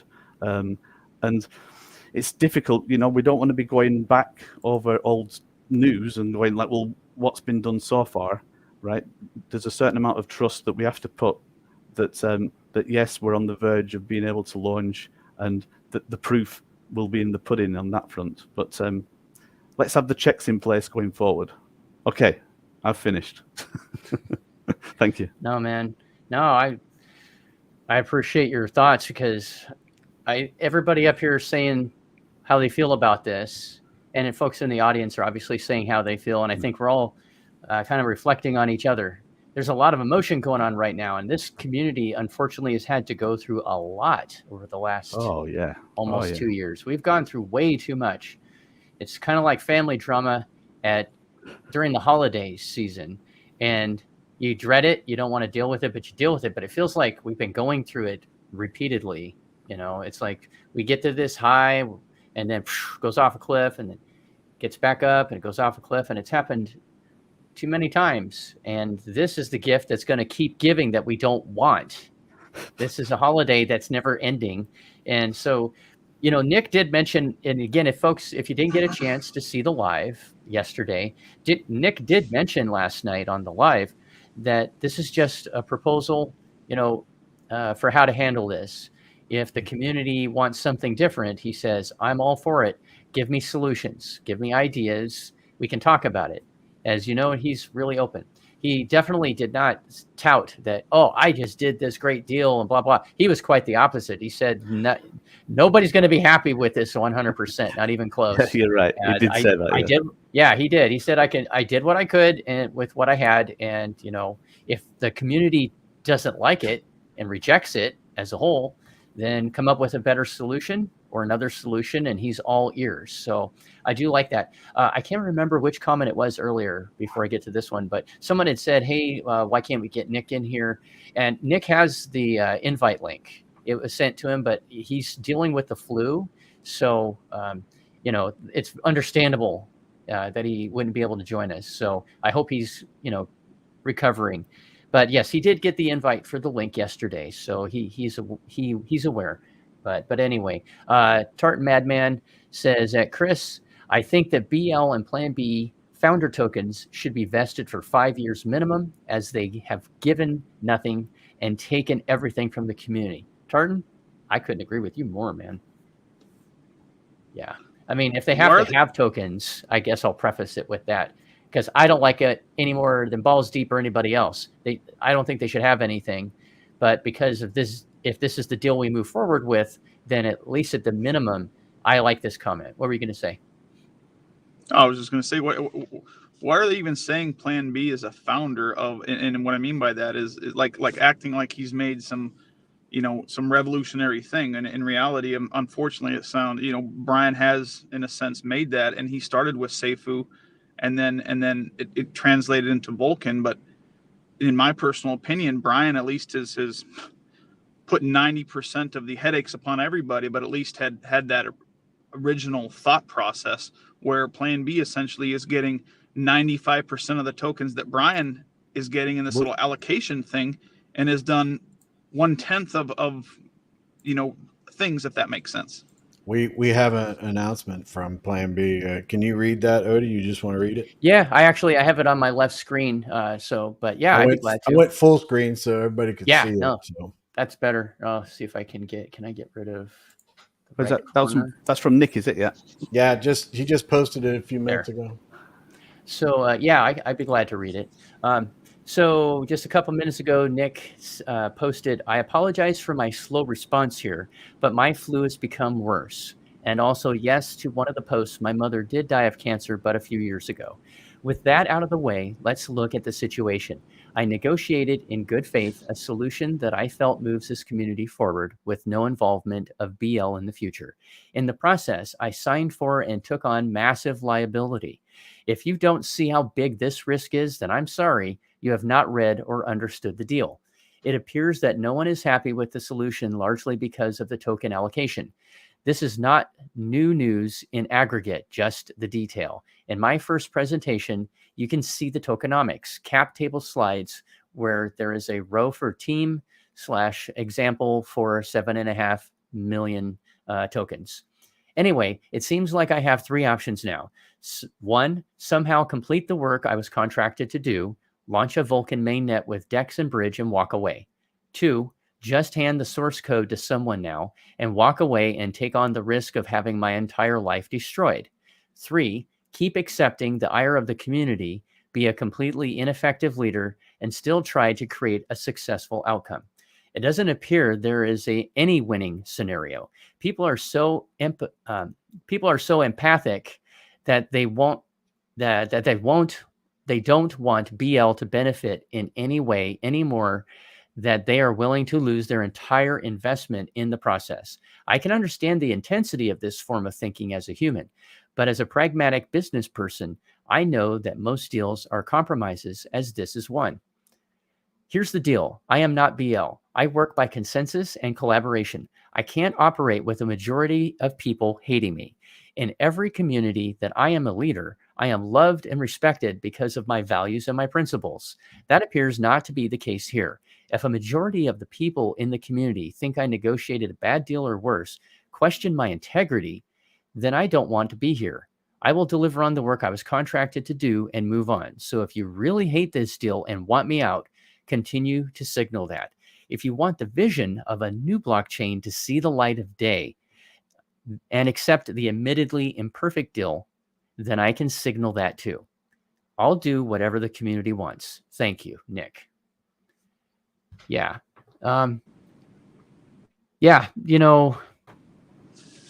Again, I will say my personal feelings. Yeah, I'm not happy with, the deal. Nick had mentioned that at the beginning when he was talking about it yesterday, but it's something.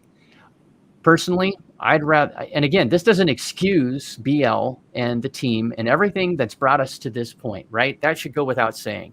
I'm not happy, but I'll again say what I said before. I can live with this deal because I don't see another one, and I'd rather move forward. I'll give you an example. Couple 5-6 years ago, I was on American Ninja Warrior and in Los Angeles competing. And due to a poorly set up obstacle, I ended up going off the course. I fell 8 feet directly onto the concrete on my tailbone, square on my tailbone, took the full impact, broke my tailbone, broke a knuckle in my left hand, tore ligaments in my left hand requiring surgeries, and sprained my ankle. And I was off work for 6 months, and I was in some dark places for a while. And I'm equating this to, we've gone through a lot of crap in this community, ups and downs, ups and downs. I was in a down for a very long time. I had 2 choices. I could either be bitter and just keep going, or I could have a solution, which was go through physical therapy, get myself back to health, and come back bigger and better than last time. And I did. And it was a very difficult road. We have a difficult road here, where, a lot of crap has happened and there's more crap. But I, for one, at least, I vote for Nick. I think that this is the best chance that we have of being able to make something out of this and move forward. I mean, no 2 ways about it. Yeah, it sucks that BL and the team are still going to be tied to this project in one way or another. But I personally, this is just my thoughts, take it or leave it. But this is something. I couldn't negotiate a deal or any kind of deal. I don't have the power to do that. So I don't know what you guys think, but that's where I'm at. I'd rather have 100% of something than 100% of nothing. So that's where I'm at. Well, I think the big thing. Sorry. Yeah. There you have it.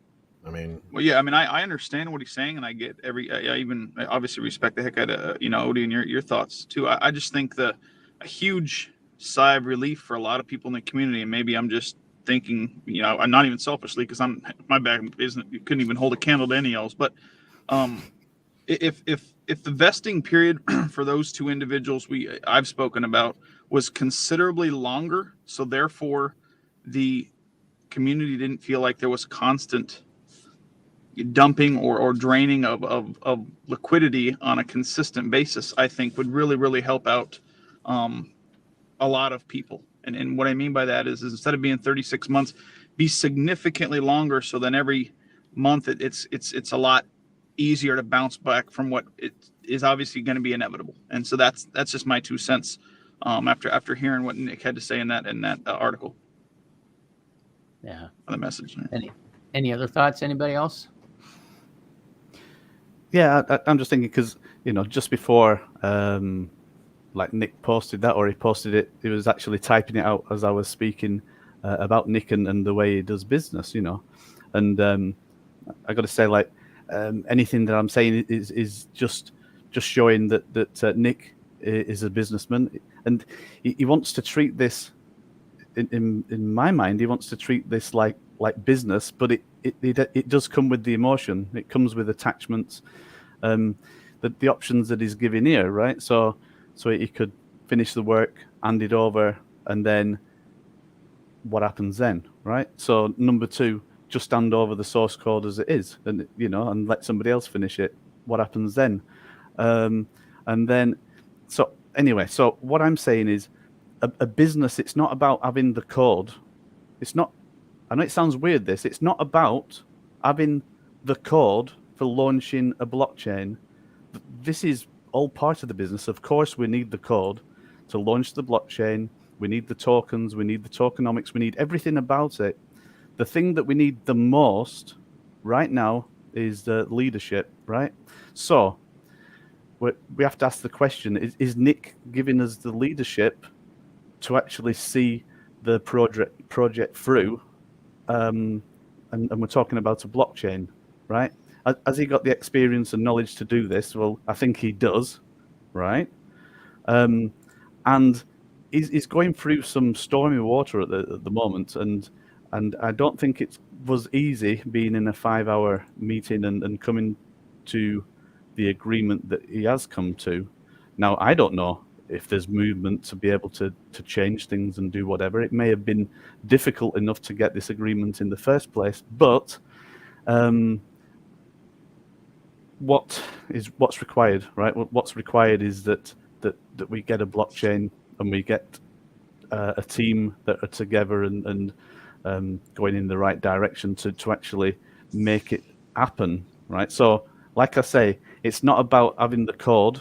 Of course it is. It's about having them people in the right place. So what happens now if Nick does walk away, he hands the code over, they finish the code, they release version 1, he fulfills his contract and walks away. Who's gonna do it? Yeah. Do you know what I mean? Who's gonna do it? I think the project just sort of disappears, and all that's left for it is a pile of code, and so a lot of vapor. So right now it's not that as a community we're cornered. It feels like we're cornered, right? We've invested like money both into Vulcan and to Uxie, and the thing is, it does feel like you're cornered because you think, well, what are the options, right? So Nick, right now, he is giving us the option, but he's doing it as a businessman, right? He's got his name, his reputation that he's built up over many years, and he doesn't want to lose that reputation. He will be looking at this as a challenge, and the challenge will be to make a success out of everything that's gone on now. And if I know Nick from what I've seen for some things that he's done before, and he likes the creative side as well, he's willing to take the challenge, but he does need a community behind him. And this is what's difficult at the moment, because there are a lot of it's not easy to, there's not one right decision. That's what I'm saying. every decision comes with some wrong bits to it. Even the decision for Nick to do it, there's some wrong bits to it, but it's mainly probably the right decision, is what I'm saying. Yeah. A lot of great comments and questions that we've been bringing up while Steve was sharing his thoughts. And, everybody's entitled to what they feel. I'm certainly going to be the last person to say, hey, no, that ain't right. Because, everybody's looking at this from a slightly different point of view.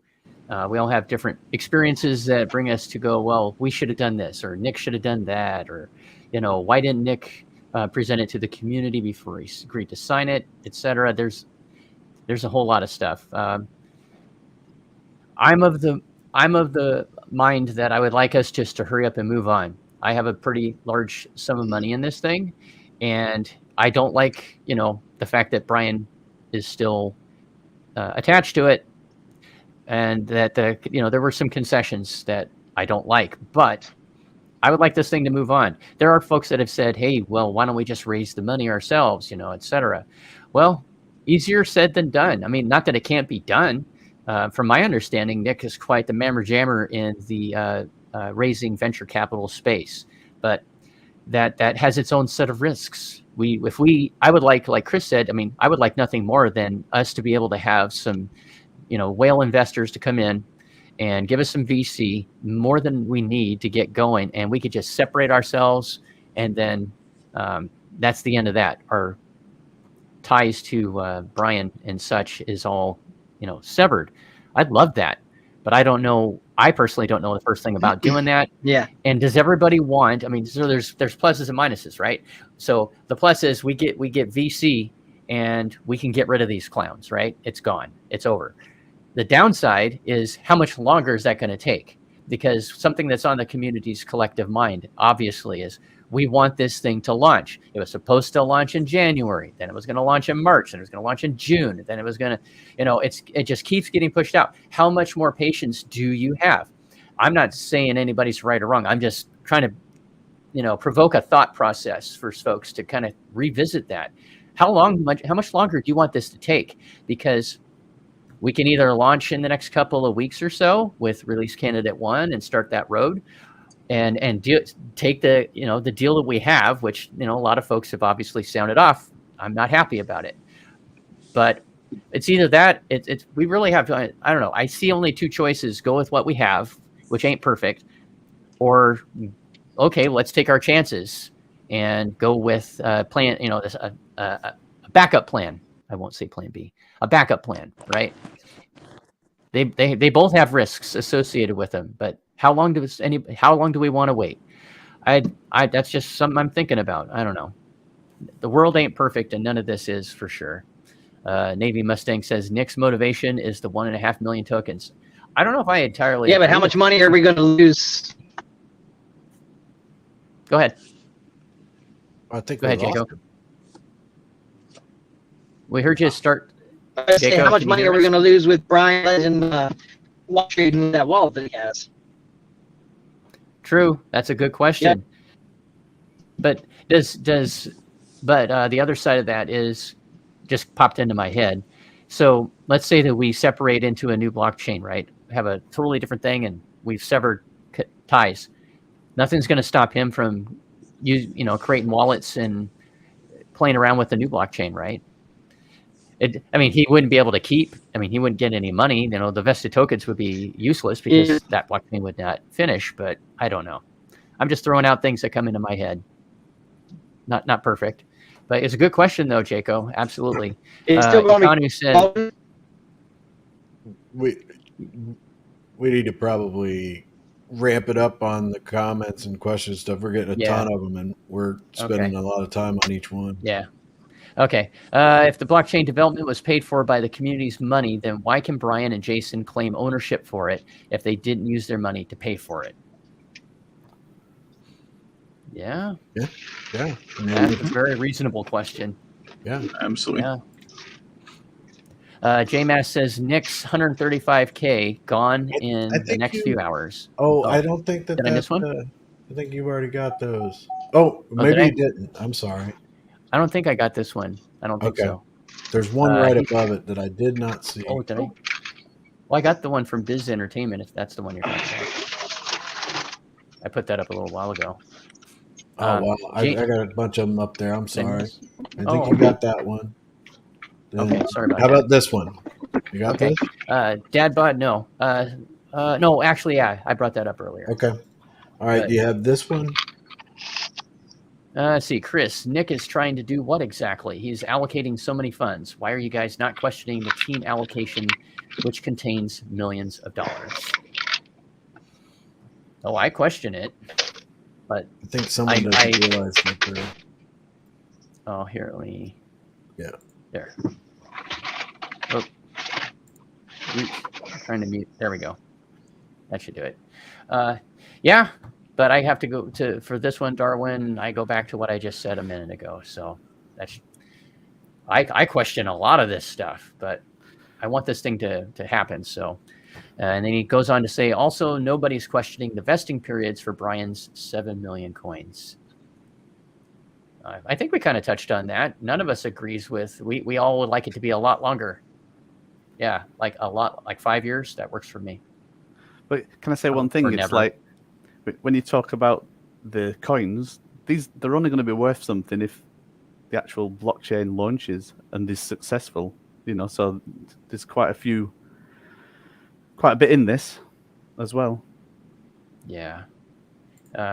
This comment from Miriam says it's been real rough losing so much funds.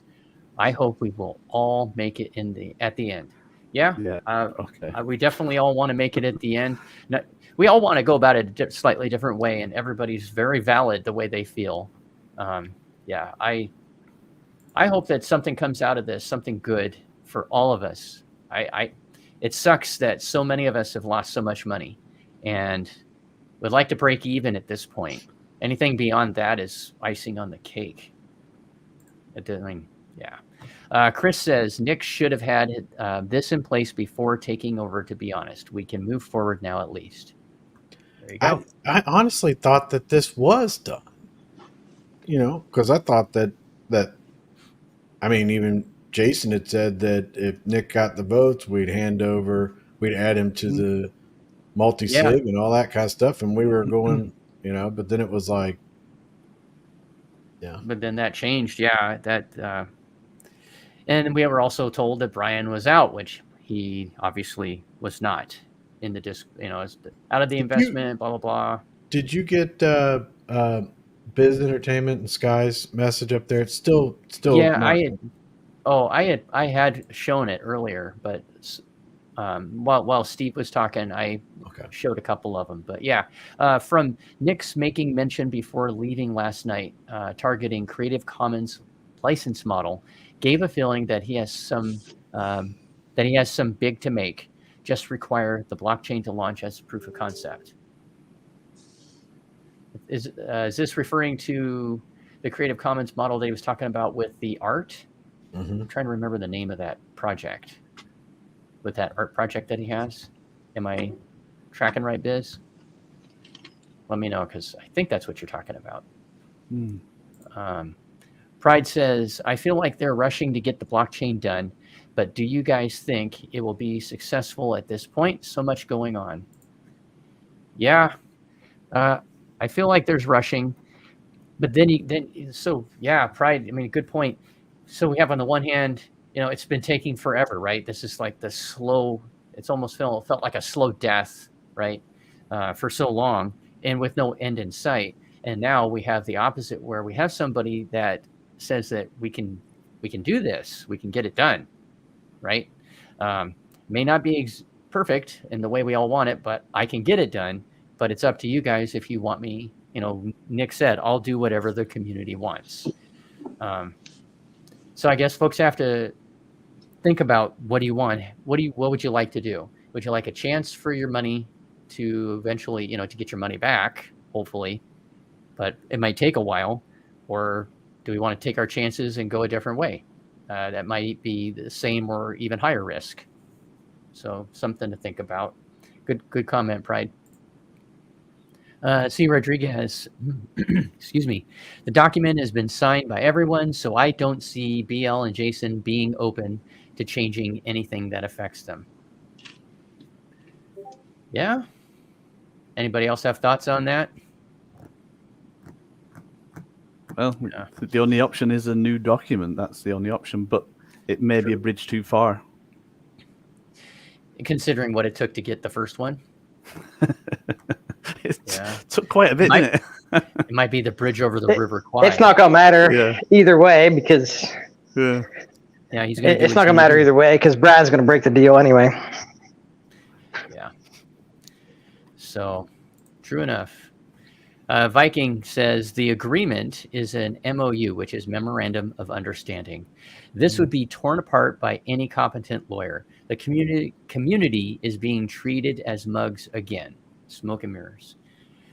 Well, I deal with MOUs all the time at my work, but that's because I'm in a union, and so we have a union contract, and then we have MOUs when we decide and vote and bring something. It's like saying an amendment, but Nick did touch on this last night, if I'm not mistaken. He had said that, he knows it's not a legal document, and going to legal, there would be a whole bunch of other complications in the time frame that we're trying to get this done. You have jurisdictions in Australia, United States, and who knows, you have international law possibly. I'm not a lawyer, and I don't pretend to know anything about the law. But I can just say that he did address that. He's like, well, he did what he thought was right. And maybe it would have been better with a lawyer, but that would have taken a long time. So valid question and comment, Viking, but that's kind of where my thought process is anyway. Definitely not a legal document, but it's a handshake on paper. That's the best that we were able to get. So Nick says he's open to ideas, but if folks can at least, be civil with what their comments are in Discord about this. I realize folks are pissed. I'm pissed. A lot of people are pissed. This is not what we wanted, right? We wanted sunshine, rainbows, and lollipops. That's what I like, but it's not happening on this one. So just kind of think about what it is that really.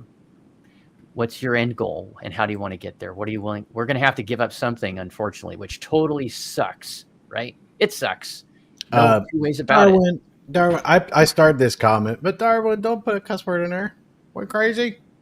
But I started this because I wanted to talk about it because I guess is that discussion about gaslighting, like what Nick posted, thinking it's gaslighting, but I didn't take it really as gaslighting. I took it more as like, just telling the community how it is. I mean, we could talk about the deal, maybe we change it, maybe we do something, but I mean, he's got to go back to Brian. Brian's got to accept it. If the deal doesn't work and everything like that, I mean, he can finish the blockchain and then he can move on. I didn't think that it was gaslighting. I thought it was more along the lines of, hey, if you don't want to go with what Nick was wanting to do, but yeah, and Kryptonian says, the unfortunate truth, Nick went into that negotiation with no leverage, outnumbered, and handicapped. Pretty much. Well, up until the point when, I mean, I didn't know about Adrian giving the key to Brian, so. Yeah. That's quite that is quite the shock, and that's just kind of adding insult to injury when we heard about that. Kelly Productions says, it looks like the community, at least in the Discord, are still going with Nick. Okay. So, Kryptonian goes on to say, the fact that we have any agreement at all is surprising. Between now and mainnet, BL can kill it. He probably will. I don't know. Would he kill it because he'd be killing his own bags that has our money? Thank you so much. Not really, right? Yeah, so, that's the weird dichotomy, isn't it? It's like we want him to have something in it because then he'll want it to be successful. But if it's successful, he's going to be wanting to take out of it as well, So you can't leave him with nothing in it because then there's nothing. You know what I mean? It's like there's got to be some interest in it for it to be successful. And right now, I guess that's what Nick wants. Nick needs people behind him that want it to be successful, and we all want it to be successful because that's the best result for everybody, right? Including BL. Yeah. Pride says, Plan B finally blew my socks off with these token allocations. I remember, Pride, you've been saying all these months, that didn't blow my socks off when Jason would reveal something. Pride's been a tough customer. Finally got him. Yeah, that's what Pride. Bad. Iconic says, if Brian breaks the agreement, then why does the rest have to adhere to it anyways? Yeah, it's a very valid question. Yeah. Let's see if we have any others real quick. I think we'll probably start wrapping it up here in the next 5 to 10 at the most. Let's see here. We have Charlius. Hopefully I said that right. Why allocate only to the team and developers? At this point, we all deserve a plus allocation of coins. You got that right. That's an interesting one. Interesting. We were sold a package that definitely kept changing. And we'd have BL going, okay, this is the last change. This is it. And then 10 minutes later, 2 minutes later, 2 hours later, oh, wait, I'm changing it again. And this is the final change. And then again and again and again. I mean, we invested in this blockchain and we're not told that we were going to be vesting. And then all of our funds got locked up out of nowhere with no input from us or when we had no power, right? Because he was holding all the keys. And yeah, we got screwed. Those that were able to buy full nodes, right? That was supposed to be something great. And then the deal changed and it changed again. And the nodes are the dang blockchain. you don't have full nodes running, and light nodes in this case, you don't have a freaking blockchain. And right now, Nick's working on it. So if you're watching, Nick, we know that you're working on it and we appreciate it. But the deal that we've had up till now, or that the last change is we might not even make enough money to put our nodes online because of how much it'll cost to run them on a monthly basis with the virtual machine. So, Nick's working on that too. But yeah, we were not told that our funds were going to be hostage. We weren't told we were going to be vested. And that might have changed things if we had known about that in October, November, and December, right? No. Just keep bringing your money in. Yeah, that's it. Yeah. And we weren't told, right? And we weren't told until after they had our invested money, which, pisses everybody off, me included. That is not cool. You change the deal and you change it again and you change it again and again. And every time it was hiding behind this excuse or that excuse. Oh, well, we don't have enough. We're not going to have enough liquidity. So we have to hold your funds hostage. Well, fool, you didn't tell me that before I went ahead and sent it. You should have said that first. Hey, you're going to be, if you do this, it's going to be vested. And that would have been different then. But there might have been folks that would have still invested. I might have invested, maybe not the same amount. But you know what I mean? Yeah, I did not. None of us were told we were going to be contributing to the liquidity pool and we would have no way of pulling our funds out. And then we got the vesting schedule, which wasn't great. And then it got changed again and hacked down so far, 0.25%. Man, that's not even worth trying to pull out. Might as well wait until the 18 months, right? And this is not against Nick. This is before Nick even had any hand in that, right? This was changed by Brian and the team, this 0.25%. Man, I don't wake up for 0.25%. You got to be kidding me. So, a lot of things have changed. And yeah, we got crapped on, all of us. And I hope that folks know that, yeah, I totally, yeah, I want this thing to succeed. I think we have a shot. So let's see if there's any other questions perhaps that we can bring up here before we wrap it up. Billy, oh, go ahead. Go ahead. When we wrap it up, it's a couple of things I want to say. Okay. Sure. You bet, man. Billy says the community is the only one that kept giving something up. True enough. While everyone else keeps getting paid from our money, that is getting less and less by the week. Couldn't have said it better, Billy. Yeah, absolutely. Give me a paperclip, pour lemon juice, gasoline, and acetone on it while you're at it, and then stitch me without any painkillers.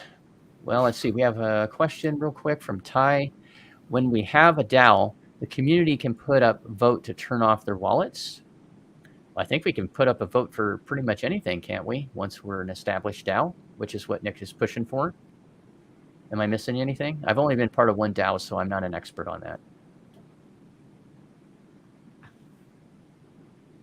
What do you think? Anybody? I don't know that. I don't know the answer. Yeah. I don't have any. I was in Time Wonderland. That lasted. Yeah. I'm kind of into this one. So now we're even going back to this is my point. It's like now we're actually treating Nick like he's the one that stole and did everything. Brian gets everything that he wants. Now we're back to the YouTubers are the fault, and we did. Man, I hardly remember being around Brian or anything like that when I was on YouTube and everything. But so now it's all back to this, and all the blame and all the hate is going towards everybody else. I mean, Nick didn't create this. I mean, I don't think it's a good deal. I'm not, but no. But Nick didn't create this, and I don't see how any of this. I mean, there's so much, some of the comments and everything like that, And then now we're saying he's gaslighting people. Really, honestly, I mean, he should just finish what is owed on his contract and go away. I mean, why? They're even complaining about him getting too much tokens and stuff. All right. I mean, if it's not right, I mean, and then now it's all back to the YouTubers. That's right. I mean, we all did that. We co-signed on it. We did that. Yes, it's all our fault. All of us, everything like that. I hardly remember even talking to Brian or even having any kind of indication with him. But yeah, I'll take the blame for all that. I'll take it all. And then if Nick ends up going, I mean, he's putting up all this liability. That's the only problem I have. I don't like the deal. I don't like any of it, and I'd like to see it all gone. And I don't want to see them get anything. But to be like going after Nick, they are going after Nick like Nick is a criminal, dude. That's I keep reading these comments in here, and they're like, and the funny part about it is hardly anybody's talking about Brian. And Brian's sitting over there like, look, the YouTubers even at fault now. Nick's the problem, with the investigation that like Bix and all of them were doing. And it always seems like Brian does something and everybody else takes the collateral damage from it. And it still keeps going on. Yeah. And everybody knows that Brian's the bad guy. And they're like, we don't want like Brian, but then they just go after everybody else. So I guess I'm not going to, I wasn't a part of really anything Brian was doing. And when that stuff was going on there, I was like, man, who's manipulating the chart? And I find it's Brian and everything. I'm like, yeah, okay, I'll take the blame though. I'm at fault. I should have said something sooner. I was wrong and everything like that. I'll take that blame. But still, we're talking about who actually did it. They don't stick with the blame there. I mean, Nick didn't create this mess. I didn't create this mess. None of us did. But it's like everybody else pays with it by these words from the community. One group's yelling at this group. And it's like, who are you yelling at? The only person that we should be upset with is Brian. And quite a bit with Jason. But I'll add to that. We helped create that monster. Well, no. WTF game. He says, I'm sorry, but he says he's not going after Nick. I'm not saying you are. I'm just saying that, the comment about this being the YouTubers and stuff. And it's like, okay, I think that there's a whole lot of blame to go around and everything like that. A lot of people were oblivious to a lot of that stuff, or a lot of people just ignored it. A lot of people knew about it and didn't say anything. But okay, we have gone through that so much before. We know where the blame lies. And when this was going on and when Nick was proposing, we were actually talking about it, everything was good. And then a monkey wrench got thrown into that when Plan B gives him back the Discord and Brian's back to save the day. So it's like, okay, here we go again. So that same problem, if Brian would have never done what he did, we wouldn't be even talking about this stuff. We'd all be like meeting up in Vegas and we'd all be hanging out. But it's always everybody else is getting booted, and like they're taking the blame. It's like everybody else's fault but the same guy.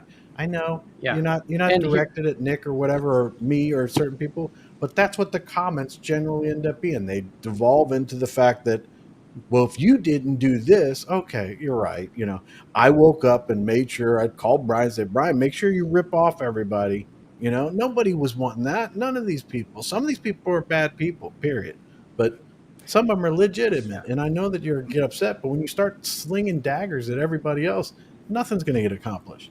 And for me, you can get mad. You can get mad at me, but I support Nick, and I hope that whatever Nick decides, that I hope that I remain friends with Nick, and well, maybe not friends, but acquaintances with Nick, and I hope we have a good relationship going into future, whatever he plans on doing. But I will tell him, as a friend or acquaintance or whatever, or knowing Nick, this is a bad deal, Nick. This is a bad deal. I don't like it at all. But you got to do your thing. I'm gonna, I'll be there if you need me, but I don't like it. And please, people, the person that did this is Brian. That's where everybody should be focusing on. Yeah, tell them the things that you don't like or whatever, but at the same time, it's Brian's fault, man. Focus it on him. And Nick's trying to figure something out. I don't like it at all. But if you got something better, let's talk to him about it. See if we can help something out. But and I don't mean to call you out, WTF Gaming, but I mean I just saw the comment and I was like, it's on the point that I was saying. We're blaming everybody else but the real guy. Well, and I do take exception to this comment. WTF, you're certainly welcome to feel how you feel, but you're giving us way too much credit. First, we didn't create anything. Brian created himself, and if you've been here since the beginning or for any amount of appreciable time, you would have had a hand in it too. Everybody had a hand in it, if you want to say it that way. Personally, I say nobody had a hand in it. Brian is a person, and he did what he was doing. You go on to say that behind closed doors. What effing closed doors do you know about that I don't know about? Because there's no closed doors. I didn't hang out with Brian, and he never came onto one of my lives. He's never been on any of my lives. I don't know what you're talking about because I don't even have a direct line to him. I don't have his phone number. I don't know how to get a hold of him on anything. I've never been able to talk to him other than one time he sent me a message thanking me for this and that was it. But Brian and I don't talk. I don't know of anybody else except for maybe Prado. Prado was able to talk to him directly and had a direct line, and maybe still does. I don't know how their relationship is anymore. WTF, he brings up this comment about that, and then he also says, and I do know that he's been banned. I mean, he's been talking about how bad Brian is and everything like that. Okay. I really don't want anybody to focus on him because he was talking about. But my whole point was he's frustrated. He's upset. He's mad about it. He just thinks it's all big, and where a lot of people agree with him, and I'm just saying that, look, whatever we start thinking, whatever we get upset about, it just goes back to Brian. Just, and I mean, I see these comments in the Discords back and forth, and people have really great ideas, but the other one won't listen because they're mad about this, mad about that. And, it's honestly, they're mad about Brian. They're just taking it out on each other. So, and we can be more productive by not going this route. Right. And it's very sensitive because they were expecting better news from the deal last night and everything like that. And I understand that, but everybody needs to just take a step back and try to contribute in some kind of way that, that we can move forward and try to make it better. If we can't, we don't need this stress. Stop, like I'm saying, stop the rug pull now. End it. Or change it or something, But this is, like I said, this is like the longest rug pull I've ever seen. Yeah, to say the least. Yeah. So I think I was just going to say one thing. I think that the journey and the vision and, for having ultimately a blockchain at the end was the right vision because obviously we all clung onto it and not clung onto it. We all bought into it and we sacrificed. We did everything that we did. And ultimately it comes down to one thing. We want a blockchain. What's the most important thing right now? A blockchain, because that's the end goal. That was the end goal that we bought into months and months ago. So yeah, whichever way it works out, if we end up with a blockchain that's successful, then we've done it.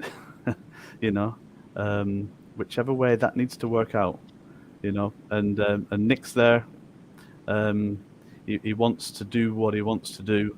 and it's our decision whether to support him or it happens in a different way, and like Chris says, or it's like, right, we just all accept that we've lost everything and walk away and that's it, so it's a tough decision, it's a tough one, but right now there's still the glimmer of hope that there's something that can come out of this, and that's what I'm holding on to.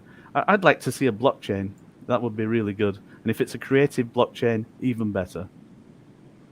Yeah, I agree.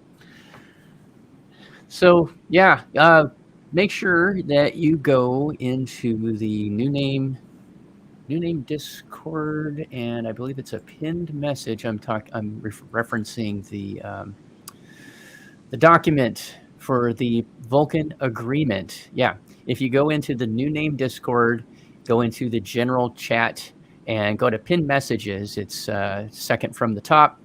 It has the tiny URL. I'll just tell you right now, it's tinyurl.com/Vulcan-MOU. Mike Oscar Uniform.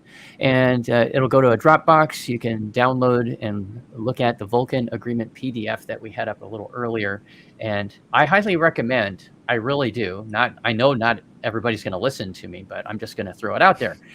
Do your own research. Read this document yourself.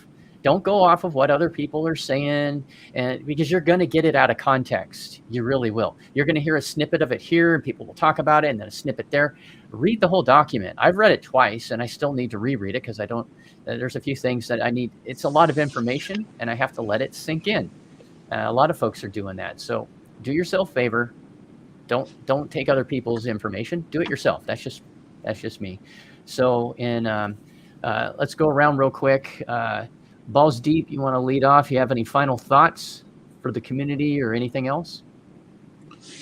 No, I mean, at the end of the day, I mean, it's kind of like what you said a bit ago, 100% of nothing is way worse than, 1% of something, if that makes sense. So with that being said, obviously I have my frustrations and I've kind of said them a little bit. But at the end of the day, I think we've all been in this crazy ride for so long that I think it would be to see the finish line essentially near, no matter how good or bad it may be, or at least what everybody's perception of how good or bad it may be, I think needs to definitely be at the front of everybody's thoughts and emotions and those kind of things. And more as I'm continuing, I've learned slowly in with everybody's kind of interests as well, in the gaming world. I'm with Steve and in Cosmic Force, as well as Nick's in the art world. I'm neither of those, but I can guarantee, I know personally that is an enormous thing in those worlds. So if that can monetarily make my life better, then I think that ultimately this is the best decision for this to plant this seed and watch it hopefully grow into that artistic blockchain that I continue to hear about. So like I said, I said my piece. I'm over it. I got mad, got over it, and that's kind of where I'm at. So right on, man. How about you, Jaco? Any final thoughts? Anything you want to get off your chest? No, not really. I know I normally just say my piece when I think about it. So I'm sure one of you guys will get a phone call and you'll hear me. Right on, man. Right on. How about you, Steve? Anything else you'd like to throw out there? No, I think pretty much, totally agree. Like balls deep. It's like we might all have our little rant. We might have all our own epic rants every now and again because we all have so much at stake, and basically it's if we can create an artist space, something that's special. But this blockchain has got to be special, right? So we've gone through the pain. We've gone through enough pain. If out the other side something special emerges, then how wonderful would that be? It'd be a good ending to an horror movie. That's all I want to say. Yeah, right on, man. Chris? I think that I think people need to think about a lot of things. Man, I hope we make it through this and everything. Try to be nicer to each other because by the end of the day, at the end of the day, I mean, we still got to be civil in some type of way. But, that civility is being lost big time between multiple discords. So hopefully they'll find it and try to just take people's feelings into consideration. That's all I can say. I agree. We're not saying everybody needs to walk down the street holding hands and singing Kumbaya. But, it would be nice if we would be treating each other more civil. I see it in there too in some of the discords. Some people get really heated and it's not necessary.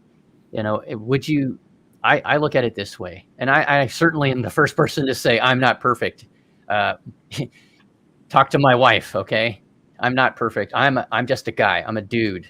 And, I try to have a zest for life. I try to enjoy myself. I also like to make money. And, this investment has a chance.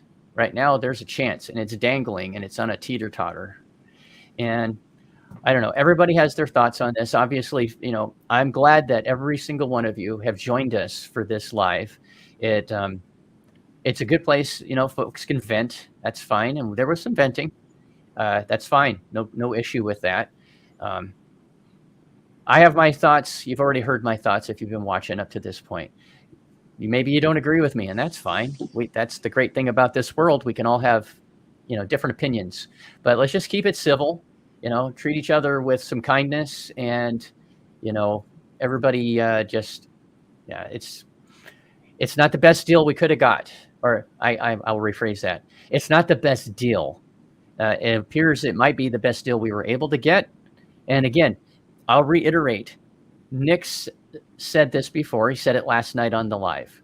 He said, if you don't like this deal, that's fine. I'm open. I'm transparent. And come up with, give me another solution. So look at it this way, I guess, folks. If you don't like the deal, perhaps you can, in fact, where was it? I saw it was, yes. So Telon in the New Name Discord posted, it was last night, my time, about 9:30 p.m. Pacific time. He said, post your questions for Nick here in a respectful manner, please. And it has a channel for questions for Nick. So actually, you don't need to go to that. You can just go to the New Name Discord, and there's only 3 channels, so it's easy to find. It's questions for Nick. And just, politely ask him questions about it. And Nick is all transparent. That you guys already know this, right? Nick is happy to answer your questions. Just keep it civil. And, put some thought into it if you can, and just ask him. And he said he's more than happy to answer. So we don't have a perfect solution, but we have a solution that is on the table. Perhaps that's the best way I could have said it, right? So think about it. Go to that tiny URL. Link is in the Discord, the New Name Discord under pinned messages in the general chat, and give it a read. And, any of us are glad to help answer any questions that we can. If we can't answer it ourselves, we'll get somebody that can, or get Nick. So thanks again for your time. Please be sure to like, share, and subscribe. Odie, can I interrupt you real quick? Yeah, go ahead. Man, I'm sorry. I did not see this. I just want to bring this up real quick. I know you wanted to stop. Please. No, go ahead. I got time. This was from Garfield. Says, is it a possible option to just let go of the 900,000, be done with them, then the community as one will raise the funds needed, but only go with Nick's plan? Can this be voted upon? I mean, it's not put up here, but I wanted to acknowledge it. He sent it to me a long time ago, and I didn't look at it, so I feel bad. But I mean, I guess that's something to ponder for people. I don't know if that's even an option or whatever. Yeah, it's definitely an option. I think it was also kind of in a similar way brought up last night, but certainly good to bring it up again. That's an idea. It's an idea. So I'm all about solutions. I subscribe to the Nick Caliani school of problem solving. I like that. So yeah, if you have a better solution, or you think you have a good solution, bring it up. Yeah. Be thankful for the opportunities you come across in life. Love hard on your family, and always remember, chance favors the prepared mind.